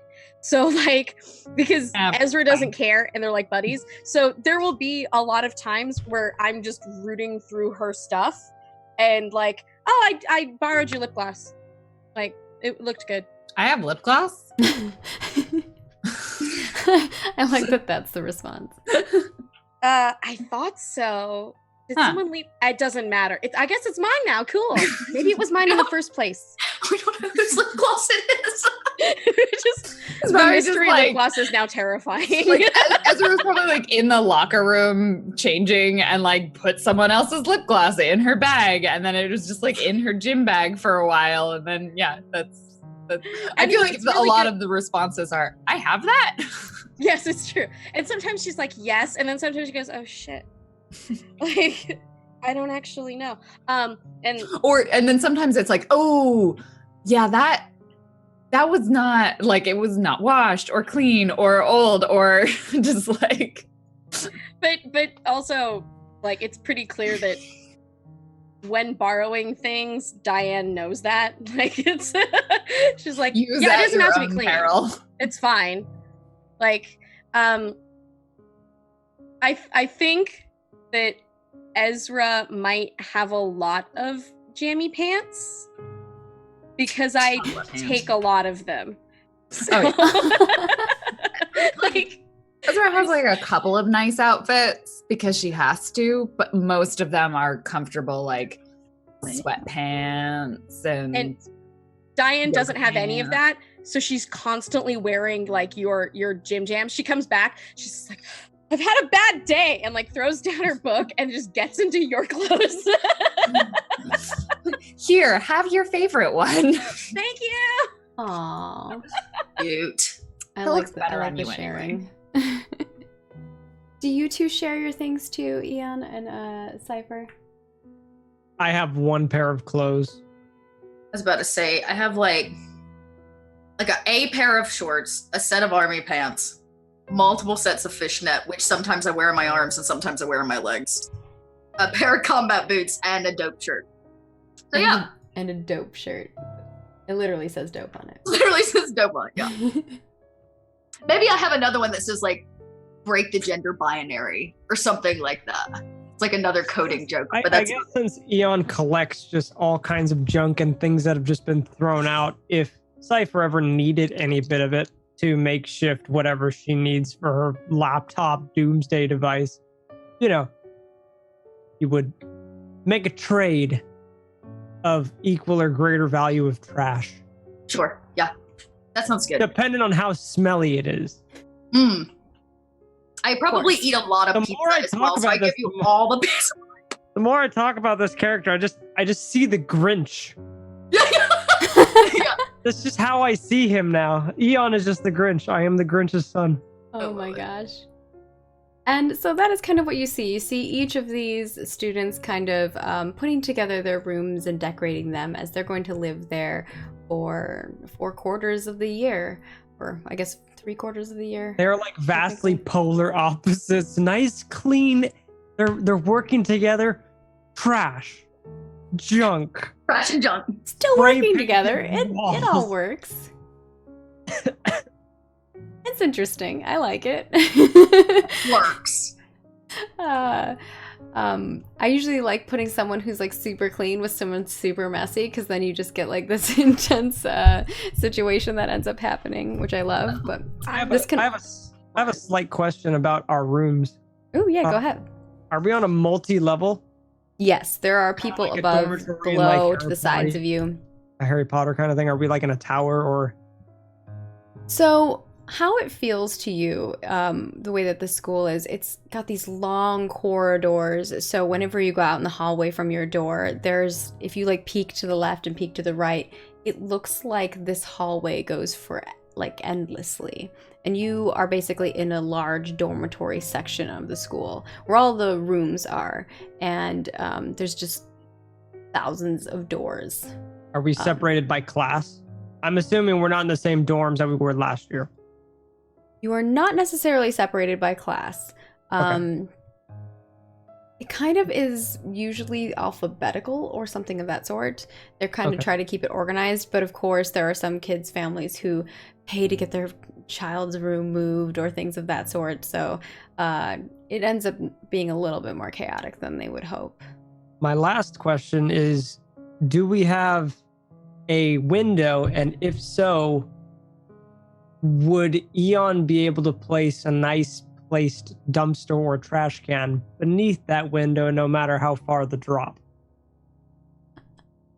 Sure, I'll allow it. Cool. Lauren's just shaking her head. She's like, the questions that players ask. I love it. I Do you love want it. a But dumpster? also, Oh, I've got a big Sure. plan for it later. Don't you worry. Arcane's like, that's a question. Can I Arcane's have a one of my moms. window It's not the weirdest question. where I she's- throw things out the window into a dumpster that's below? You know what? Sure. Yeah. So that's what's happening on day 1. Day 2, they have their itineraries with their classes, and the first class that they have is with Professor Del Astra, and she is their herbology teacher. So you guys have had a chance to kind of think on who wants to get to class first, and who doesn't. So tell me who gets there first. I think Diane would be technically. Oh yeah, Diane. Always. Diane, Because I you're, have to talk. you're exceedingly early, right? As per usual. I'm guessing you have like your spell book ready and you're there. What does your spell book look like? It's very boring. It always looks like it's brand new. But it looks completely nondescript. There's just it's a notebook. I would say that I don't get there super early. We get there after breakfast. Yeah. Is that it? It's your first class of the day. I would say Diane gets there suitably early. Exactly the right amount of early. An hour before the class. So there's a couple other surprisingly no. Like there's a couple other witches there then. Do you kind of drag Ezra with you to get her to be there early or any others? Or do you go on your own? She does her own stuff. I see Lauren going no. Like, yeah, like Ezra and I without your help, Ezra will not be on time, which is fine. and that is okay. Like, Diane's not your keeper. No. Like we have. Besides, if Ezra's late, lives, then you look better. Like we're just very hands off with each other a lot of the time. And besides, because Diane has all of this other stuff that she's doing, but like Diane takes quite a long time at breakfast, talking with people. She's constantly, chatting with them and just going over with everybody, schmoozing a lot, and gets there at the exact right amount of time. There's someone. There will be other people who are like much more book smart and diligent. Like, hello, I'm a witch and I'm here first. Good job. I am here exactly the comfortable or right amount of early. Perfect. Like. When you arrive in the classroom, you go through this door that has, it looks like there's ivy growing on it, and it almost looks like the door is living itself.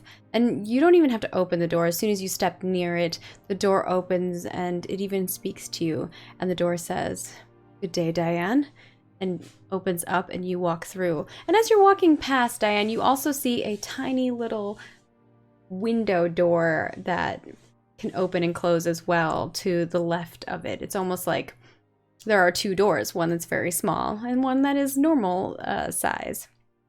And you walk through into this room that is just filled with vibrant colors. And when you walk in, there's these wood panels. The floor is made out of wood, and there's these desks that are all this beautiful carved wood. And it almost looks like they're like hand carved, and they have intricate little legs on each of them, and dangling from these desks are little pots with little plants in them.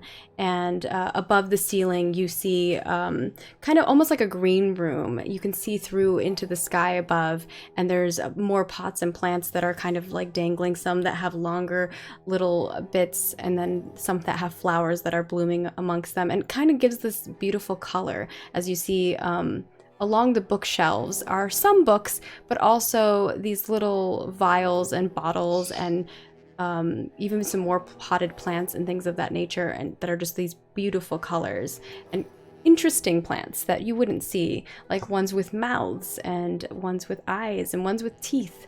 Not just your everyday gorgeous flowers that you see in IRL land. These are magical of nature, and some even are like strobe light changing colors.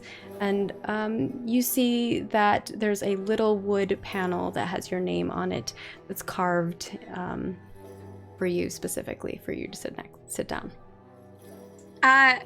She would sit, but she doesn't. She puts her stuff down. She like pets a flower. I don't know. Yeah, the flower nuzzles into your hand. And constantly talks with every single person who walks in around her. She's buzzing around people's desks and just like that kind of thing. The two early girls, like you said that there were a couple witches that were already in line and being like really studious and bookish. Yeah, there's a student in there that's called Mora Juniper, and there is a fellow who is named Cullen. and you don't know his last name, but you've talked to Mora before. And actually, I'm going to have each of you give me a descriptor for Mora. Okay, Mora is... So she's there early already. So I'm envisioning glasses, spectacled. Yes. Spectacled. Spectacled. Dot, what do you think? She's well kept. Well kept. Oh, great. Lauren?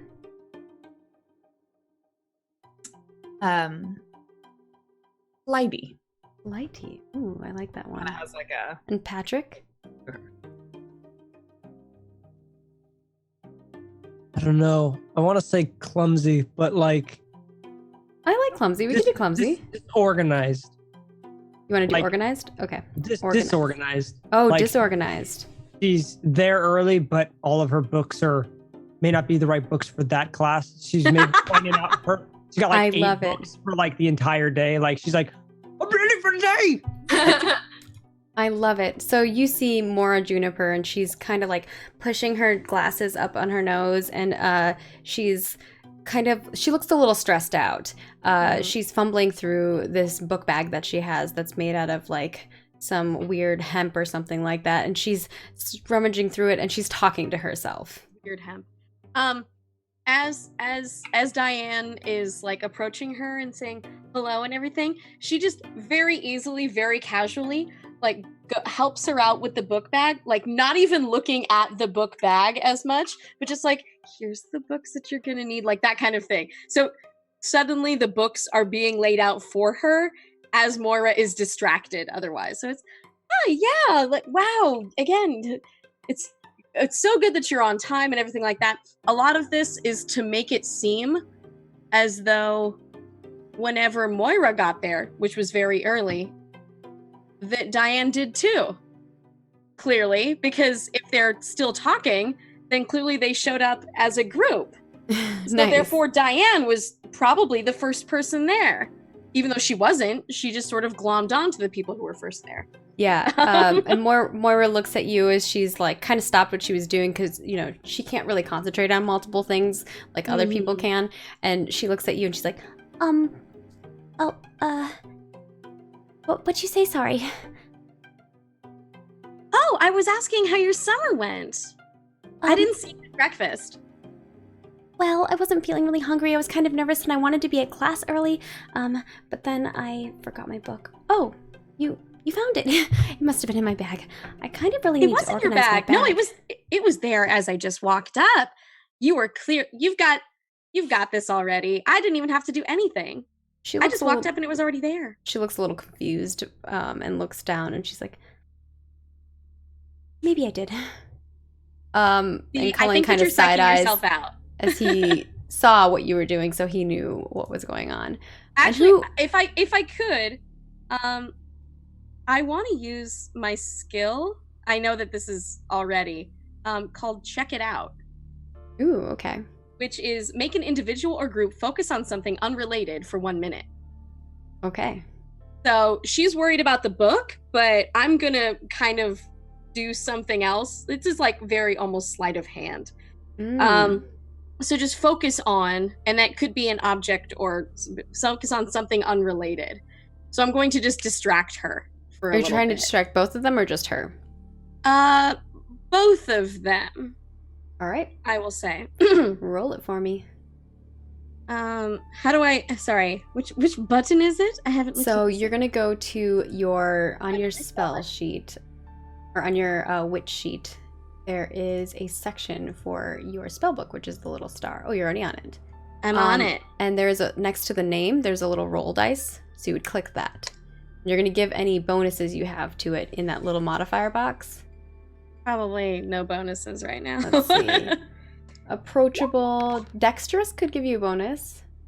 Dexterous could. I failed And really charming. badly. Okay. She decided to roll without getting benefits first, so I'll leave that on her for true, doing that. But I felt that there were no benefits to be had at this point, because right now she's literally just kind of doing that. So she's straight up lying to Moira, and Moira knows it, I think. Yeah, so with a fail, how the rules work with a failure is a 1 would be a critical fail, but it's between a 2 and a 9, and that means the witch does not do the action, and the head witch describes how it happens, or chooses a member of the coven to describe it. And who's going to come into the room next? All right, Cypher. Cypher, tell me what happens to Diane as she's trying to distract these two young witches that are just trying to be on time for class. What happens as you walk in? They're reading books, right? There's no I'm guessing there's no technology in the herbology class. No, there's lots of plants, as I described.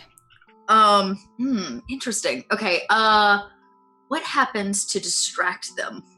No, it doesn't distract. Like, she's trying to distract them. Oh, but it's not enough to... She failed, yeah.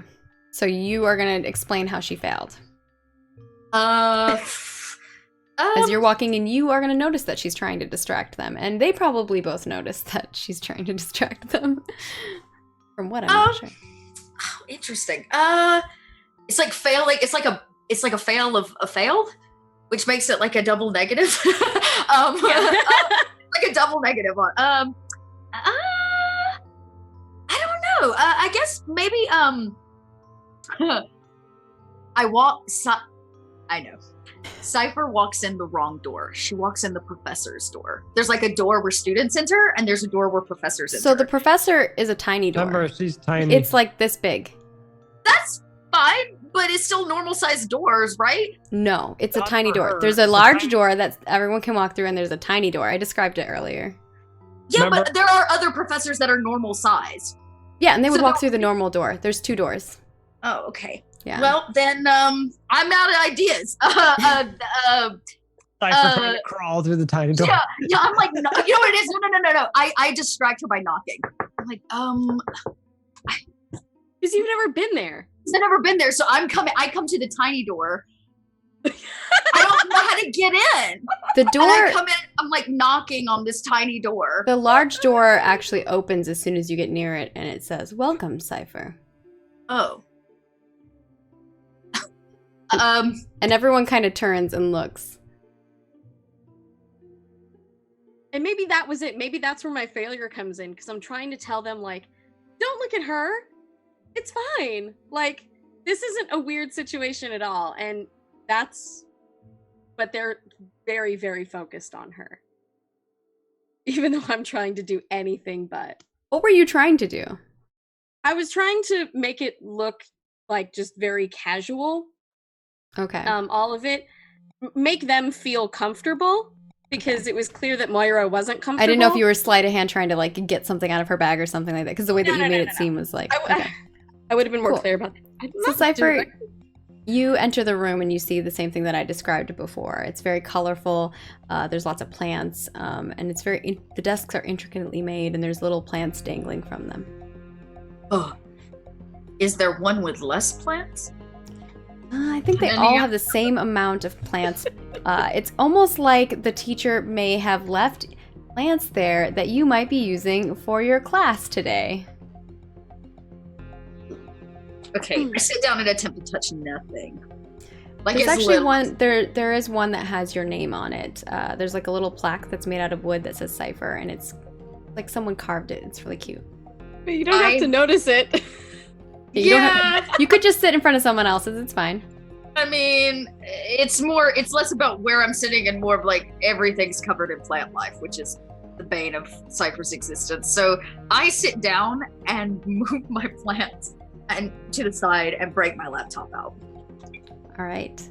Who's coming into the room next? Diane's like, look at me, look at not my new weird friend. So yeah, about your time, and I'm so glad to see you both. Cullen, was it? Cullen. She's trying her damnedest and it's not working. They're both kind of like looking at you. The Moira looks nervous and kind of like sits down. Cullen just rolls his eyes and kind of stares forward. He is not interested in what you are putting down, put it that way. Whereas Moira is interested in listening, but she also looks just really anxious, like she's on the verge of throwing up. Who is the next person between Lauren and I want to Patrick? see if I wake up in time I was for gonna say, breakfast Eon- and get to Eon like slept through like half the class. yeah. I feel like Eon. I just want to know if I'm gonna roll to see. So if Ezra's you can roll on me, time. both of you can roll 2d8, and then plus or minus any modifiers that you feel I think it are might net out because I'm relevant. oblivious. But I don't like disappointing people, so I think I'm just gonna roll it flat. Yeah, that makes sense. Oh. 7. Failure. Cool. Yeah. Okay. Yeah. And then, Woo! ooh. All right. I did worse than you, which means I got to sleep more. You both. You slept in later. So Ezra like wakes up and her like I think her can I describe why she is late?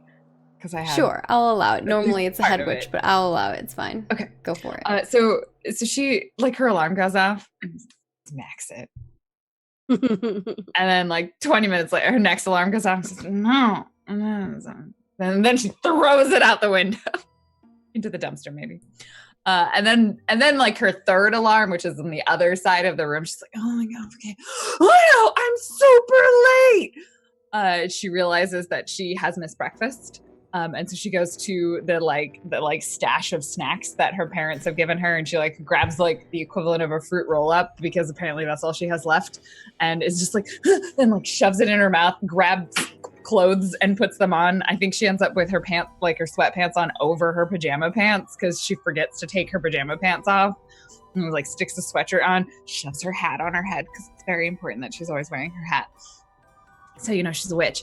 And then like grabs the first book that she finds off of her desk and she's like, and then just starts booking it through the school, and then realizes that she doesn't actually remember where this classroom is because she didn't take herbology last year. So she's trying to get to class while eating her fruit roll up and carrying her book, and gets kind of lost in the building. And that is why she ends up late for class. And Ian, do you know why you do, or you want to let me do it? Oh, he just straight up just doesn't care. Okay. Oh, like he just straight up slept right through it. You're gonna he sleep through the has whole a entire lot- class? But it is buried, and it's Phyllis that like slowly bites at his ear like halfway through this class, and he kind of just raises from the dead like, missed breakfast. Forget that class. Gets a rotten apple, half eaten, starts nomming on it, starts walking to class slowly. Phyllis, wash the dumpster. All right. Perfect. So we will have Then those realizes two. He forgot his hat and his spell book. Walks back and then I love it. So we'll bring you all. We'll bring the two of you in the middle of class. We'll have Ezra join first, and then Ian join probably later towards the middle class / end of class. And as class is starting, everyone's kind of seated in their seats. Other witches start filing in, and you see a little tiny door that was in the corner next to the other door kind of open up, and a tiny little fairy creature flies out through it, and a little bit of pixie dust kind of like floats behind her trail as she comes down the middle of the aisles, and she kind of like looks around at everyone, and she looks really happy, and she has like these really purple sparkly wings that are longer on the top side and really tiny on the bottom side, and she's wearing a little tiny hat that is black, and it has like little flower bits around the rim, and she's herself wearing a kind of like a cloak dress robe type of thing, and it is green with flowers embroidered on it, and she floats up into the top or or floats up to the front of the classroom, flying with little pixie trails behind her. And kind of as the pixie trails float, you see the little pixie trails float into the plants that you all have at your desks. And it's almost like she's littering little pixie dust bits into the plants that are in front of you, and you all look down, and the pots that were in front of you didn't have anything in them. They were kind of like just, what do you call it, dirt. But now there's like a seed sitting on top of each one of those. And she goes to the front of the room and looks around at everyone, and all of a sudden the plants that were around, they kind of stopped moving a little bit, and the sounds that were in the room, minus the chittering of children speaking, kind of stop, and everyone kind of gets this feeling like, you know, when you're talking and then everything around you gets quiet, it's like that. And so kind of everyone just stops talking and looks forward, and the teacher's like, "Welcome to herbology. It is so lovely to meet all of you. Who here is a first year?" And kind of like you see one person raise their hand, and another person raise their hand. "Don't be shy, come on, come on." Cypher raises her hand reluctantly. And she's like, "Well, I'm excited. It will be a grand year indeed. This year, the cherry blossoms should be growing. They're much different than the ones that you've probably seen before." And she kind of floats around and is like, "Well, let's see which of you have a green thumb. The first spell we'll be learning is going to be Green Thumb. Nice and easy. This one is all about planting. We can't have anything without having plants. Why, you wouldn't be able to eat what you're eating in your hand right now." And one of the kids is like holding like an apple and kind of stops and puts it down. She's like, "Oh no, you don't have to stop. I've given each of you a seed in front of you and a pot. Now you're going to make this plant grow without touching it with one finger. Are you all ready?" Cypher's shaking her head. Diane looks like, No, Diane's like, yes. Because confidence gets you through anything, even if you're completely making it up. Yes. "Here are the words and here are the motions. Now make sure you do it right, or, well, you might cause a commotion." And she says the words, "Reap and sow, make you grow. Reap and sow, make you grow." And she kind of repeats it, and she moves her hand over the potted plant that's in front of her and shifts her hand up and down, and kind of like almost like it's like she's digging for roots and moving it up and trying to make the plant grow. And you see in front of her the seed kind of goes into the bottom and starts seeing a little bit of a plant form, and her plant starts growing. And now you all are going to try to cast this spell. How this works for learning a new spell is you roll 2d8 plus nothing, unless you have something else that you think is going to give you a benefit. Now, other spells that are similar, so if let's say you already had some type of growing spell, then you might be able to add that. Or if you loved gardening as one of your attributes, you could give that a plus. But if you have nothing like that that you don't think is pertinent, then you won't get any benefits. Would Ezra and I technically roll since we're late and we missed You're not this? going to roll yet, so they're going to get more opportunities to cast than you are to learn the spell. It's gonna be like, do we get negative modifiers? You won't get negative modifiers. What was this spell called? Green Thumb. Green Thumb. Green Thumb. Yeah. Okay. Can I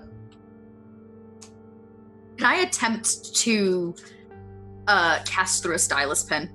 Like try to hide it in my hand? There's no way Cypher's gonna manage to do this. And she slides it out of the side of her laptop and like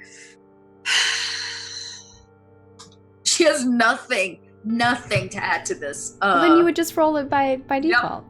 Yep. So she will attempt very hard.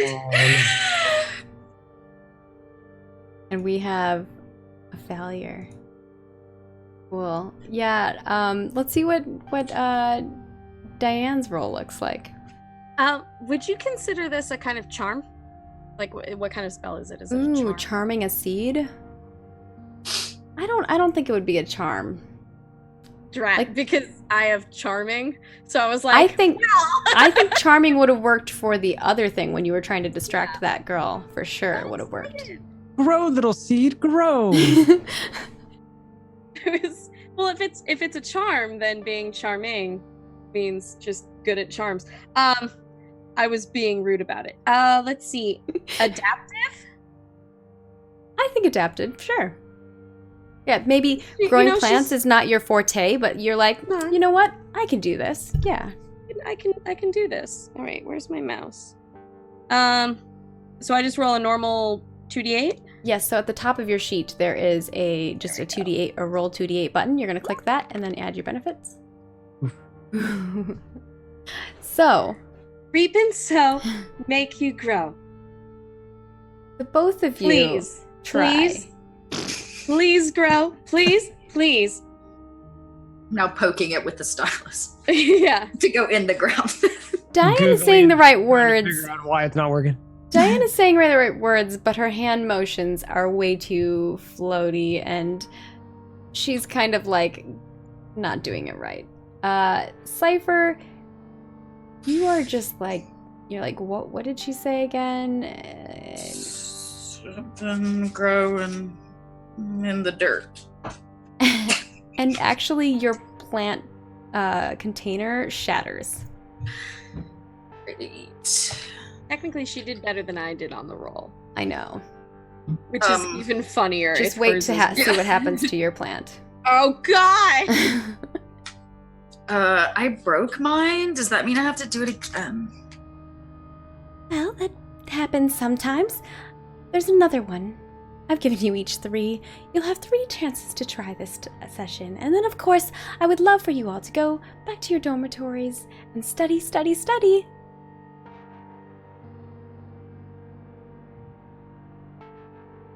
That's me doing that. No, not Diane. Diane is like, yes, of course. So, When can we try again? Cypher, the other pot kind of slides over.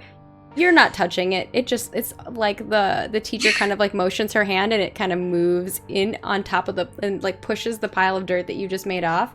And then a small creature that looks kind of almost like a squirrel, but it has like a bunny tail and its teeth are like fangs almost, comes and it starts like sweeping the dirt that you just made and the little pieces of the potted plant away, and is kind of moving it off and cleaning it.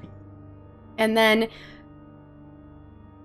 Diane, you're kind of sitting there and you're preparing to grab the next potted plant. Or no, you're not even preparing to grab the next potted plant. You're like, okay, well, I'm gonna try it again because it just looks like the same to you. Nothing's happening. But then your seed starts shaking. I back away slowly. And as you do that, Ezra, you arrive. What does it look like when you rush through the door? You kind of like get to the door, and before you, like, you're running and you know that this door is going to just open, and the door opens, well, maybe you don't know the door is going to open, but the door opens and it's like, welcome, Ezra, and you move forward. And then she like realizes that they're in the middle of something. She just sort of stands there and she's like, Everyone's staring at you. Ezra, you're sitting right next to me. Again, I love this. I'm sorry, I'm late. Dion Mr. walks in Ezra. behind this drama and just pats her on the back. What's up, Ezra? Goes and I slept through all of my alarms. Please have a seat, Ezra. Okay. Now that everyone's here, don't be late again. No, I won't. I promise, I won't. I will repeat again what needs to be done. Let's see if the 2 newcomers can do something better than the others. Looks like we Diane have a is couple super over paying there. You're attention. doing it right. Good job. And then she kind of zooms past this one, Moira, who's like, Moira, her plant is growing perfectly. It has little blooms. Cullen's looks even better than hers. And he actually has done it with all 3 plots already. And the Professor Del Astra comes flinging forward. It gets in between you and your potted plant, and she starts like motioning her hands, and your seed sprouts up, and it has like a giant mouth on it, and it starts like nipping towards you. Do you have any defense spells or anything of that sort? Me? No. Oh, sorry. Diane. Diane.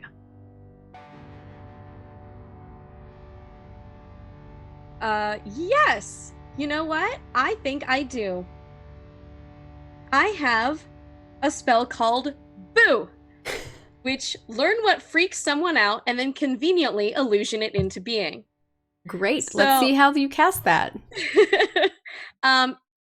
Does this work? Man, I should have had like vindictive. Also, make sure that anytime you all are casting something, you are marking. So I forgot to mention this. I should have mentioned this before. How you learn spells and level up spells is, once you learn a spell, it's now a level 1 spell.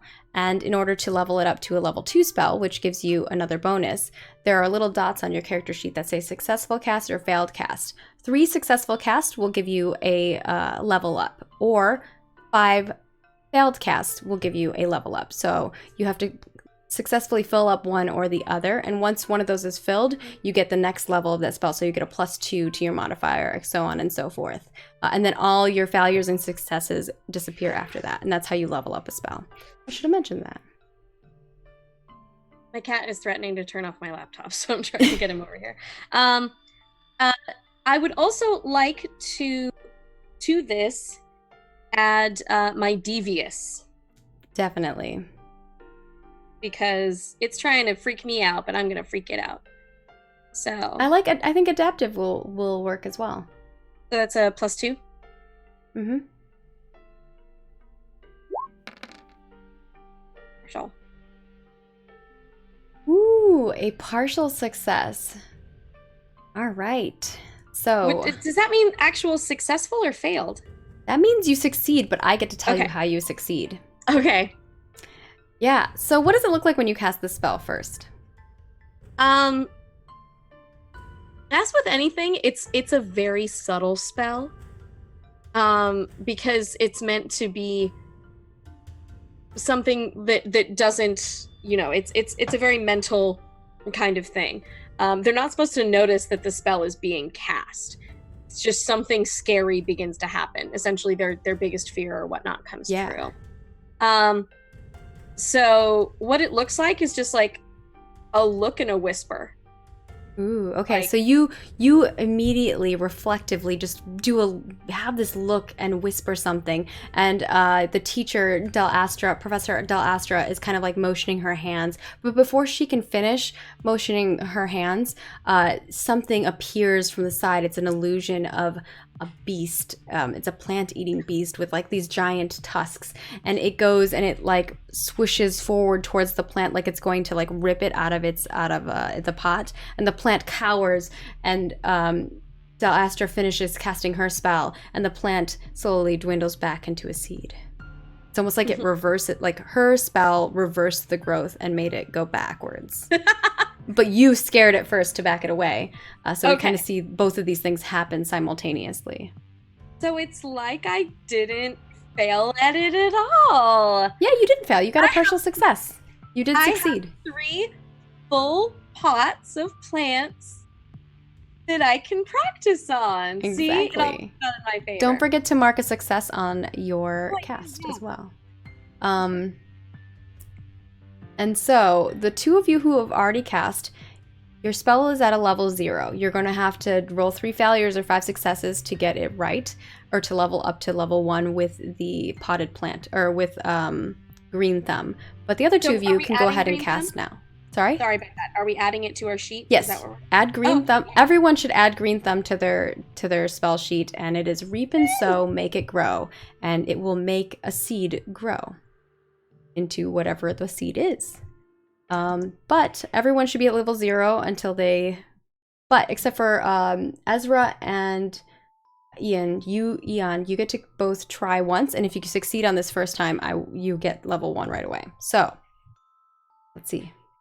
Seeing how trashy I am, would I know how composty things work? And how I think rotten so, things yeah. are? Let's see, let's look at your stuff. You've got, you like trash. You know what? I'll go with the you like trash thing and go with the compost, sure. You get a +1 to that. I'll allow it.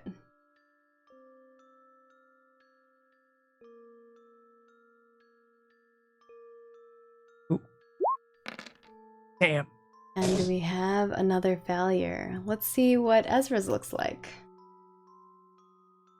So, Ezra is helpful. She Okay. wants to help this plant. She wants to help it grow. All right. I think. And I also think she's really worried about disappointing Del Astra. So I don't know if that works in her favor or against her, but she's going to try super hard at this. Keep in mind, on your character sheets, you also have teachers that are your favorite teacher and things This of is that her sort. favorite teacher. So if you have that, I will also give you a +1 to those things. Okay. Yeah. Professor Del Astra is her favorite professor because it's the only professor that doesn't yell at her when she gets things wrong. Yeah, she's not really the yelling type. She's kind of pleasant. Yeah. But she also, like, at this point, like, she feels bad because she came in late and that's her favorite professor and she doesn't want to disappoint her anymore.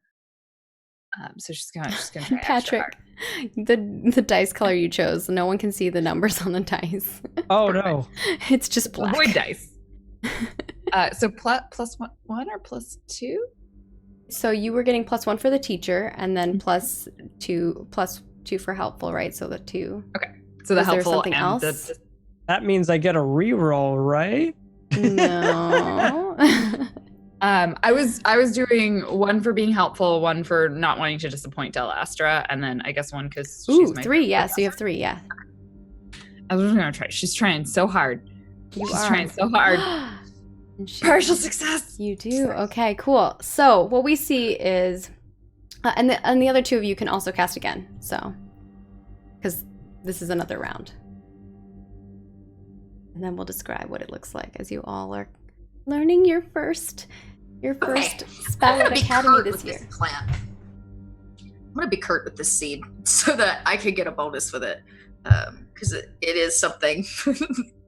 I like lean down over it, and let's see, what do I say? What is it? It's reap and sow, make it grow. Yeah, it's reap and sow, make it grow.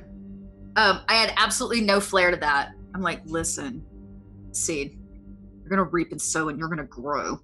Yes, you can. Oops. Oh. I should have added a 1 to that. Nope. All right. So make sure you mark your successes and failures to everybody who has had successes or failures. So what we see is, Diane, you perfectly do this. So go ahead and describe it first of all, because as I do the exact when you succeed, you opposite. describe it. I do the exact opposite of the first one. Instead of being really nice about it, I look at the seed and I did the boo spell, and I look at the seed again, and I look at the seed again, and I go reap and sow, make it grow, and it works. And I'm like, Perfect. And it does look perfect. And you see Del Astra clapping, and she's like, very good, Diane. Much better than the last time around. So doozy. But she also compliments you and says, but I appreciate the reflexes as well. Because you were able to quickly stop whatever was happening. handle the situation. Next up we have Ezra. Ezra, you say the words and you make the actions. It seems like you're not completely certain of that you're doing it right, but you are. You totally are. You're totally doing it right. You're just feeling like you're not doing it right. And the plant grows, but it's like tilting towards the left, and then like the bloom on the end of it like droops, and so it kind of like it grows, but it droops a little. she's been chanting this like it's a cheerleader. She's like, we've been so, make it grow, make it grow. It's just like it's just like little tiny pretending that her pencils are pom-poms as she like cheers it on. And then it starts drooping. To that? No. More to the right, go to the right. Can I see her doing that and then also do it? Sure. Oh, yeah. It's not subtle. Meanwhile, Cypher and Ian, you are not successful in casting your spell. Lauren, make sure that you automatically get the level 1 and then so you have the spell. Everyone else is starting at level 0 and in order to get the spell to level 1, which you need to do before your next class. Otherwise you will get a bad grade.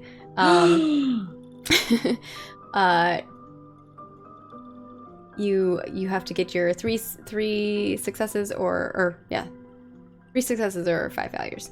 So I'm gonna let you guys describe to me what happens as you're trying to make your plant grow. Dot's laughing, so I'm like, oh, what did you? I'm Kurt with the seed, and it decides to leave. It hops out of the pot and off the desk and chooses somebody else. Oh my god, I love it. Yeah, it hops Was I supposed over. to have 2 seeds in my pot? It hops over into Ezra's potted. It's shaking. I raise my hand. It's hiding behind the plant and where the droop is, and it's like shaking. Something's wrong with the seed. Professor Astra, she kind of smiles and sighs a little bit and kind of floats over to you and sits kind of near your shoulder and looks down, and she's like, well, and she slides her hand and another pot slides over, your third and final pot. See, you can't force something to grow. Not in the same way that we're forcing them to grow. You have to be one with the seed.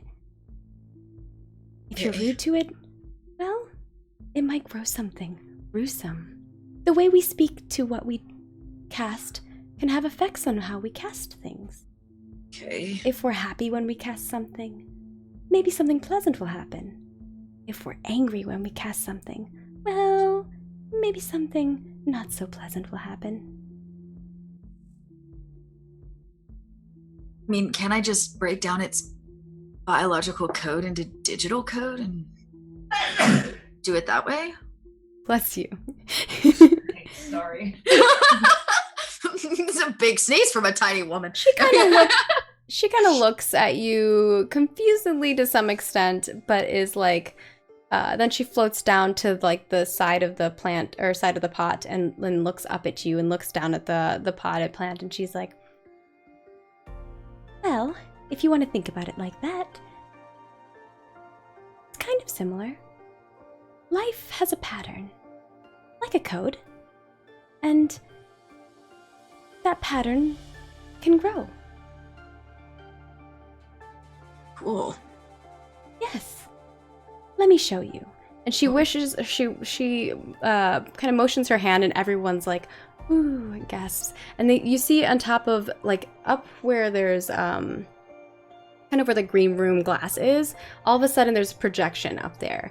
And you see the projection of, like, the flower of life. If anyone knows what ancient geometry is, you know what the flower of life looks like. And you see the flower of life that's up there, and it kind of twists and turns, and then you start seeing multiples of them. And then it starts zooming in onto a plant, and you see where these patterns grow on the plant. And it's kind of that moment where, for you, Cypher, this was an interesting way for the teacher to kind of get your attention and bring you into something that you never thought you would maybe be interested in. And now you're interested in it, I think, with that thought. And she kind of moves her hands again, and the graphic kind of changes, and everyone kind of like goes back to like whispering and talking. And she looks up at you and says, see? Cool. Cypher never is excited, like looks excited. But if she says cool, you know, she's excited. Okay, perfect. She's like always chill. Yeah, she's always at like a solid flat line. Maybe Eon notices because he's the only one who really knows her well. Everyone else probably is just like, all right. Eon, what happens to you when you are casting this? Eon not really being fully awake as he's, slept in. Goes to cast a spell. Like, okay.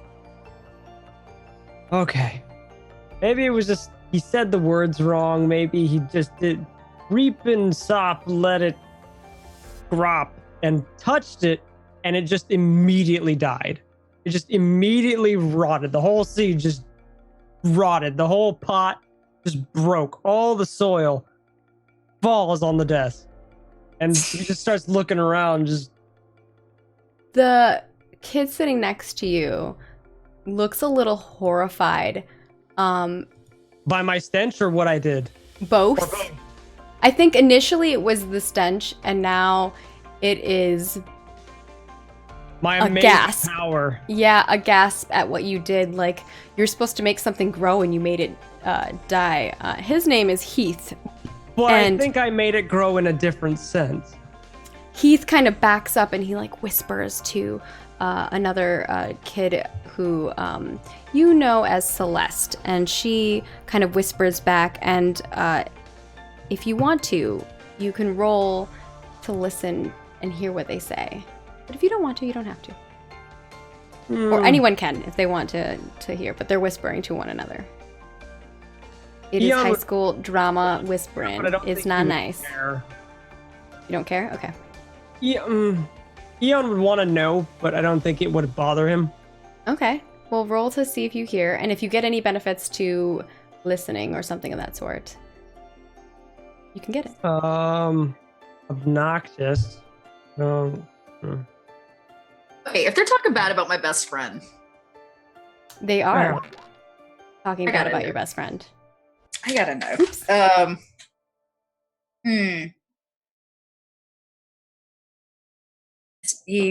Again, Eon is used to people talking bad about him because of his lifestyle.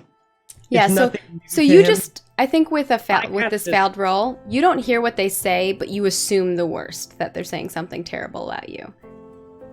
Yeah. Okay. Would Ian take it to heart, or would it just like hit him like all the trash that he rolls in? That's up to you. That's your character. You get to decide what you do with that. Okay. Cypher, did you want to listen in? Yeah, oh yeah. All right, go for it. And any benefits that you get. It's about my best friend. Ooh, 16. Yes. You get to describe how it works, but what you hear Heath say to Celeste is, he's like, "Did you see that? He just made it die. I heard that he's killed other things. Killed a cat once. I heard he killed a rabbit. I heard that his rat is undead." And they're just like whispering about him and saying all these like terrible things. Maybe he's if my rat was undead, that'd be sick. I break out my cell phone. It's time for a rumor. Oh, you're gonna cast another rumor spell? Yes. Another one this time around. I'm gonna make it for realsies. Rumor has it. So I go to my my live journal, or whatever it is. I guess it's like my live book, or your live cauldron. My live cauldron. I got a live cauldron where I do my blogging under my hand. A live cauldron. I'm gonna write that down too. Things are about to get bubbly up in this. Yeah, it's about to. Mm-hmm. And I'm like, rumor has it. What was the person's name again? So Heath is the one who was whispering to Celeste, but Celeste was equally taking it and escalating it. Rumor has it that Heath and Celeste, we don't have bleachers. Do we have bleachers? Sure, yeah. Yeah. Rumor has it that Heath and Celeste skipped class to make out under the bleachers. And I'm gonna cast and try to mitigate this, I guess you could say. And this is for my best friend, so I feel like I would get at least one bonus. I'll allow it. It's for my somebody I care about. Yeah, okay. Here we go. No! Yeah, you try to make this message go through, but you know what? How sometimes when you are typing a message in Discord and then it just keeps turning red and it won't go through and you're so frustrated? The servers on Cauldron Book are just going down, and it is so frustrating, and it's a little bit. It makes you boil. Yeah. Oh, I'm mad. You're just like keep hitting resend, and it's like, please try again. Assuming that they're talking bad about me, Eon kind of like gets a little bit of a smirk and wants to cast Terrible Rot towards them. Go for it. I'm gonna be an asshole about it. Do I have to put in the chat like what my thing is, or? Yeah, you can Can post I it in know the what chat that since is? it's the first time. It might be nice for people to see what it is. So the way we have our character sheet set up, which I want to say a huge thank you to Etalion who made all these lovely sheets. Thank you. He put this together and I love it. Made it so that we can actually we can make up our own spells and stuff, and you can paste it in the chat, which I think is amazing. This is a made-up spell by the lovely Patrick. Do you want to tell us what it does? In addition, can I do to Del Astra a check it out on me to give Eon a bonus for casting this? To distract her from... I will allow you to because- distract her from seeing what he does, because there were going to be repercussions for throwing dirt at, or throwing trash at another kid. So let's first see how this goes with I'm you, not throwing Patrick. trash at them. I'm just like creating a horrible smell, and it's just going to creep up their leg and just... Yeah, she's a like a teacher. suffocate She's going to know them. that you're casting that spell. So Oh yeah, for Yeah, sure, yeah. for sure. go ahead Yeah. and cast No. it. Let's see how it goes. But Can I I want get- Del Astra not to know. Yeah, exactly. I And get she a- wants to distract her from noticing. Can I get a bonus or two for my repulsiveness and just Yes, I think my repulsive. hate of them being clean? Repulsive for sure. I think your likes trash. You can get a bonus for that. And hates cleanliness. Yeah, 3. That's 3. And then plus your level, which is level 1. So is that +4? Yes. Do I just roll the spell itself? Yeah, so click the little Little dice. dice that's next to the spell and then add your modifier, which would be +3. It should auto include your level, so. Okay.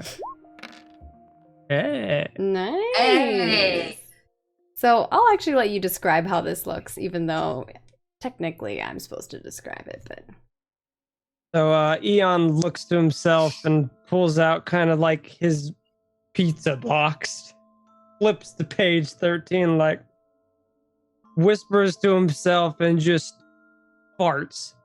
And then you just see this green gaseous puff of smoke go down to the ground, and it trails up to Heath and Celeste's legs and crawls up and then right into their nose. Oh, into their nose. Oh yeah. It tastes a little bit. And Oh. it tastes of the muffins I ate her. Yes. I'm gonna let you all know that I have tried, you know, that smell thing that's like the nostrosis or whatever. I freaking did that with South Park, that the Stick of Truth game, and it was the most disgusting thing. For like a week, I was just smelling like farts in my nose. It was horrible, and that's what I'm imagining right now. I signed a release form for this to do it. I was like, what did I do to my life? I'm probably Wow. gonna die because I did that. This was a while ago. But that's what I'm imagining is happening to these poor 2 kids. They just start like, one of them throws up on the plant and the other one just kind of like starts just like swallowing, and she's like, what? And Dies. I'm okay, kidding. Diane, let's see if your distraction is good enough to distract the teacher. Okay. What I want to do specifically, so I'm gonna set this up. Oh, Professor Del Astra, please. I want you to watch me do this one so that you can see if I do it really well, because I really, she's kissing ass. It's like, Del Astra, I didn't do so well the first time. Can you tell me exactly what I'm doing wrong? And then, so I want to do both. I want to cast it onto the plant and also do a distract me with it. All right, so it'd probably to be 2 different. yeah, 2 different spells. So first, do your distraction. Okay. And I think you already casted for this round for the spell, which you successfully casted, so you're fine on that front. We can say that this happened simultaneously. So do this cast. We'll see how this goes. Okay. I'm hoping devious is moral ambiguity. Oh, that's good. This is a good case for that. I like both, yeah. Okay. Let's do, and that's a 2. Yep. 15. Success. Describe it. Go ahead. And you did successfully cast on the plant, so. Oh no. But I did the So maybe that was. Oh. This creates a problem in my timeline, but sure. Okay. Because you can't cast it again. You can't cast the plant growth again because this is all happening simultaneously. You know what I mean? Maybe this is the check it out. Look at my plant. Look what I did just now. Yeah, I love it. Like, look at how not terrified this plant looks, and also how lush and beautiful. So just like kind of showing it off and talking some shop about. Well, I did this in particular. I think that the thumb, since it's the green thumb spell, the thumb is actually really the important part of the castle. Oh, yes. You have to keep understand that in the front, you know? Not everyone gets that on their first try. And she kind of like spins the plant around with her motion of her hand, and your plant kind of turns, and she's like, see, now if you do it right, then this little bit of your flower petal won't tilt. You are almost quite there. This is quite well done. And she's very distracted. She's getting into this. She's nerding out with you. She loves that you're nerding out with her. And I am learning a little bit, so I'm like kind of enjoying it, but I'm also like looking over the shoulder a little bit and be like Ezra, I see you holding your hand up. I feel like every time she says something like good about Diana's, we just like cut to Ezra's, and it's like not quite like this part wouldn't droop, just like the plant's off. It's there. Ezra has no idea that any of the things happening because she is oblivious. And Cypher smiles for the first time since she has arrived here, watching Eon do this to them. Like an actual smile crosses her face. Yeah, so we see the first class that all the students have attended, where this end scene is basically, you know, Cypher smiling for the first time in the entire episode. We see Ian kind of, I think you're like content. You're like, yeah, take that. And you know, you have your 2 potted plants that are sitting next, or I think you have 2 still like there. And we see Ezra kind of looking down at her plant like, oh. And Diane chatting away with the teacher, distracting them, all about the plants. And I think that's how we're going to end episode 1. I was really hoping to be like, can I try to plant one more time, but like scoop the vomit into the soil? Love it. I'm definitely giving you an inspiring speech next time because I like you and I have no idea that you're a terrible person. Thank you for joining us for the first episode of Jasper Jinx Academy.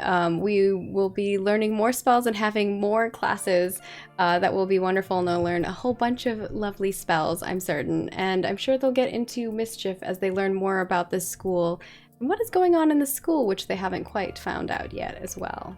But we'll go around the table and we'll let each of these witches tell you where you can find them when they are maybe witches in other places or not witches at all. So we'll start off with Nika, who is playing the wonderful Diane. You felt for her in the beginning, you got all the feels, and then you were like, oh goodness, this girl. I'm a big fan of Diane. What was your favorite moment tonight, and where can people find you at? Oh my god, my favorite moment tonight. I think scaring the plant was my favorite. Or just pretty much everything. I've really been. We established, me and Ezra, that we are like our characters were best friends. But I really love the dynamic that I feel keeps building with that. I've never had a character come into it as this person is your bestie, and that, you know, usually it's, oh, you guys don't all know each other and you get to like discover the kind of dynamics that you have. But this one was, you're already kind of a pair, and I absolutely love that. So everything with Ezra is my favorite. And you can find me on Twitter at Nika Harper. I have a Twitch channel at Nika Soar. Sometimes I stream very, very occasionally with them on there. What other things? Next week, I want to do a total shout out because I'm going to be there, is Summer Games Done Quick. And that is on the Games Done Quick Twitch channel that benefits Doctors Without Borders this year. So so during the summer things. So it's all speedruns. It's going to be a week-long marathon. I'm going to be there, probably being a part of something. We don't really know what I'm doing there yet, but I'm definitely there. And I work with them occasionally doing some hosting and stuff for their channel. And it would be a real benefit and a real wonderful thing if you all tuned in. It could be something like after this, you're watching some of your favorite shows and you don't know what to do next. Why not watch a speedrun for an hour and a half of the night or something? So yes, I'm going to be there. It's going to be in Minnesota, and I'm really, really excited. So hopefully we'll see you all tune in there. And yes, thank you. Thank you for joining me, Nika. I'm really happy that you're able to join. I'm so happy. I always have fun whenever we get to hang out, and of course, getting to play tabletop with you again has been lovely. Yes. Another thing, the herbology classroom is gorgeous. I'm dying. You painted a picture for me, and my brain exploded, and I didn't really have any comment for that. But oh my god, I need this in my life now. And I want someone to make fan art of that, because I envision what I think of it, but I would love to see what like an artist can make it look like, because they're and kids vomiting in the back. Also fan art of all of the scenes, because those were fantastic. And of course, moving on, we're gonna move on to Patrick, who plays the best trash baby ever, Eon. Tell us what your favorite moment was tonight, and of course, where people can find you at. And thank you for joining us after being so sick. I hope you get better. Yeah, I feel it better to a degree. He says as he's like wiping, wiping all the trash with. Such a trooper. I love it. Favorite moment was definitely making Heath and Celeste throw up. That was awesome. I wanted to scoop their throw up or Heath's throw up into my jar, but next time. We can say that you have some vomit in a jar. Sure. It's just Celeste's vomit. It's just Celeste's vomit. I think Heath was heaving. Cool. Regardless, it's vomit. I could use that for some kind of prank later on. But I could be found everywhere, but just Patrick Static. I've been sick and been traveling, and I've been meaning to stream recently. But yeah. I've been playing way too much of the new Harry Potter game on my mobile phone, which will be coming to my YouTube channel tomorrow. So look forward to that. We need to all exchange our codes so that we can be friends. I'm already at 80 friends. Jeez. I made the mistake. Well, not a mistake, but I posted my code on Twitter, and now everybody... Oh, yeah. That will do it. I have like all my coworkers already, so I'm at like 42, but I am not anywhere close to 80-something. Yeah, our office is a bunch of like Pokemon Go nerds, so now we're also playing this. It's a problem. Saturday I get to go do my mini Pokemon Go Fest again because we got thunderstormed out of our Pokemon Go Fest in Chicago. So I heard about that. I had a friend that was there, and he was so upset that the weather was garbage. Chicago. I know, right? Chicago is either like steaming hot or cold and windy or rainy and windy. Or nice, hot, and windy. And windy. You get the trifecta there. I'm from Chicago too, so I know all about that life. I don't live there now, but I grew up there. So moving on to Ezra, who's played by Lauren. I love always playing with you, and it's always lovely having you. And you were wholesome AF. So wholesome. Adorable wholesomeness. Tell us what your favorite moment was tonight and where people can find you at. I love the Cypher Eon dynamic. Like that they get each other. I'm shipping them so hard. Little trash pandas living in the same room. And it's beautiful. I love friendships, even with grumpy characters. And then I also loved that Diana and Ezra have like a very mutual, or Diane. I think I keep wanting to say Diana because of Diana from Little Witch Academia. It's fine. But I love that their relationship is both supportive, but also maybe like a little bit problematic. All good friendships are. Yeah, like, You mean, friendship. are you talking about the part where Diane doesn't want to be seen with you? Because that might be He just like problematic. takes Ezra's stuff, but Ezra's like, I have lip gloss. It's not. It's And not then I like- can justify everything I forget as my character. It's really handy. She doesn't want to not be seen with her. She just like it's. She's not tweetable. She's just not tweetable. She's not Instagramwarable. It is. Do it for the grim. I'm Random Tuesday. Speaking of social media, you can find me at pretty much all of the places at Random Tuesday. I stream on my own channel. We do sometimes I do tabletop RPGs, but I also stream RPGs with Margaret Crone over here. I don't actually remember what direction you are. Point at all of them. Over on Sundays at Roll For It, you can find me currently GMing Masks, a teenage superhero RPG. So if you enjoy teenagers making bad life choices, then let me tell you about that show. We make perfectly great choices. What are you talking Lies. about? They're all terrible. Lies. They're all bad. They're all bad choices. You made a deal with an extra dimensional void entity. It's fine. I'm gonna save my friends. Is it? No. I said that once and I lost a leg with my character. I lost my She good lost 6 doggos. years. I lost good doggos. And I lost 6 years of my life. Ooh. It's fine. Good times. Good times. Hey, we're perfectly capable teenagers. It's great. And of course, last but not least, another lovely lady that I get to play with every once in a while, which I enjoy, and I'm glad that I get to see you every week now for certain. Yes, for sure. Little Red Dot, who's played by Cypher, who I adore. What is your favorite moment of the night? And of course, where can people find you at? Okay, I have to say my favorite moment of the night is Cypher and Aeon putting their room together, which probably simply looked like trashing the place, like a house party for sure. It makes me so happy to know that that's probably exactly how it happened. Like, opens bag, dumps out trash. Opens other bag, dumps out junk. Like, it just makes my heart so warm. So yeah, and I am Little Red Dot. You can find me online as such. I run my own Twitch channel where I focus mostly on collaborative storytelling, so that manifests in tabletop RPGs and video games. When I'm not over on my channel, you can catch me on Roll For It on the weekends, and I'm getting ready to launch a Scum and Villainy campaign in 2 weeks' time, which I'm super excited about. So some space shenanigans are coming to my channel, which is pretty cool. So yeah, and I also do podcasts. You can check me out on the North by Northwest podcast, which is a 5e game where I play a very inebriated mushroom gnome. I thought you were just gonna stop at mushroom. It's like I could really. She's more mushroom than she is gnome, but it's fine. Perfect. Well, I hope you all enjoyed this, and of course, definitely give all of these wonderful, beautiful people a follow, because they are all great people, and I love playing with them. I'm glad I get to play with them weekly.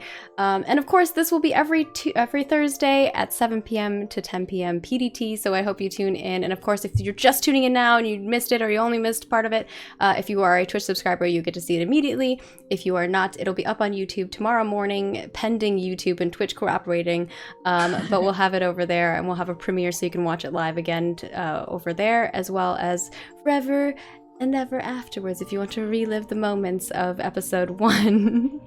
And of course, I stream here as well. I know, we actually have streams here. On Mondays we play Warhammer, so definitely come and tune in for that, and these are all starting at 7 p.m. Pacific.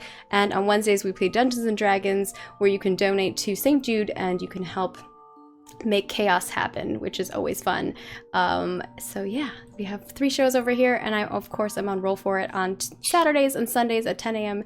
Pacific over on twitch.tv/rollforit. So we'll hopefully see you all soon again, and make sure you click that follow button or subscribe so that we can see you all again. See you next week.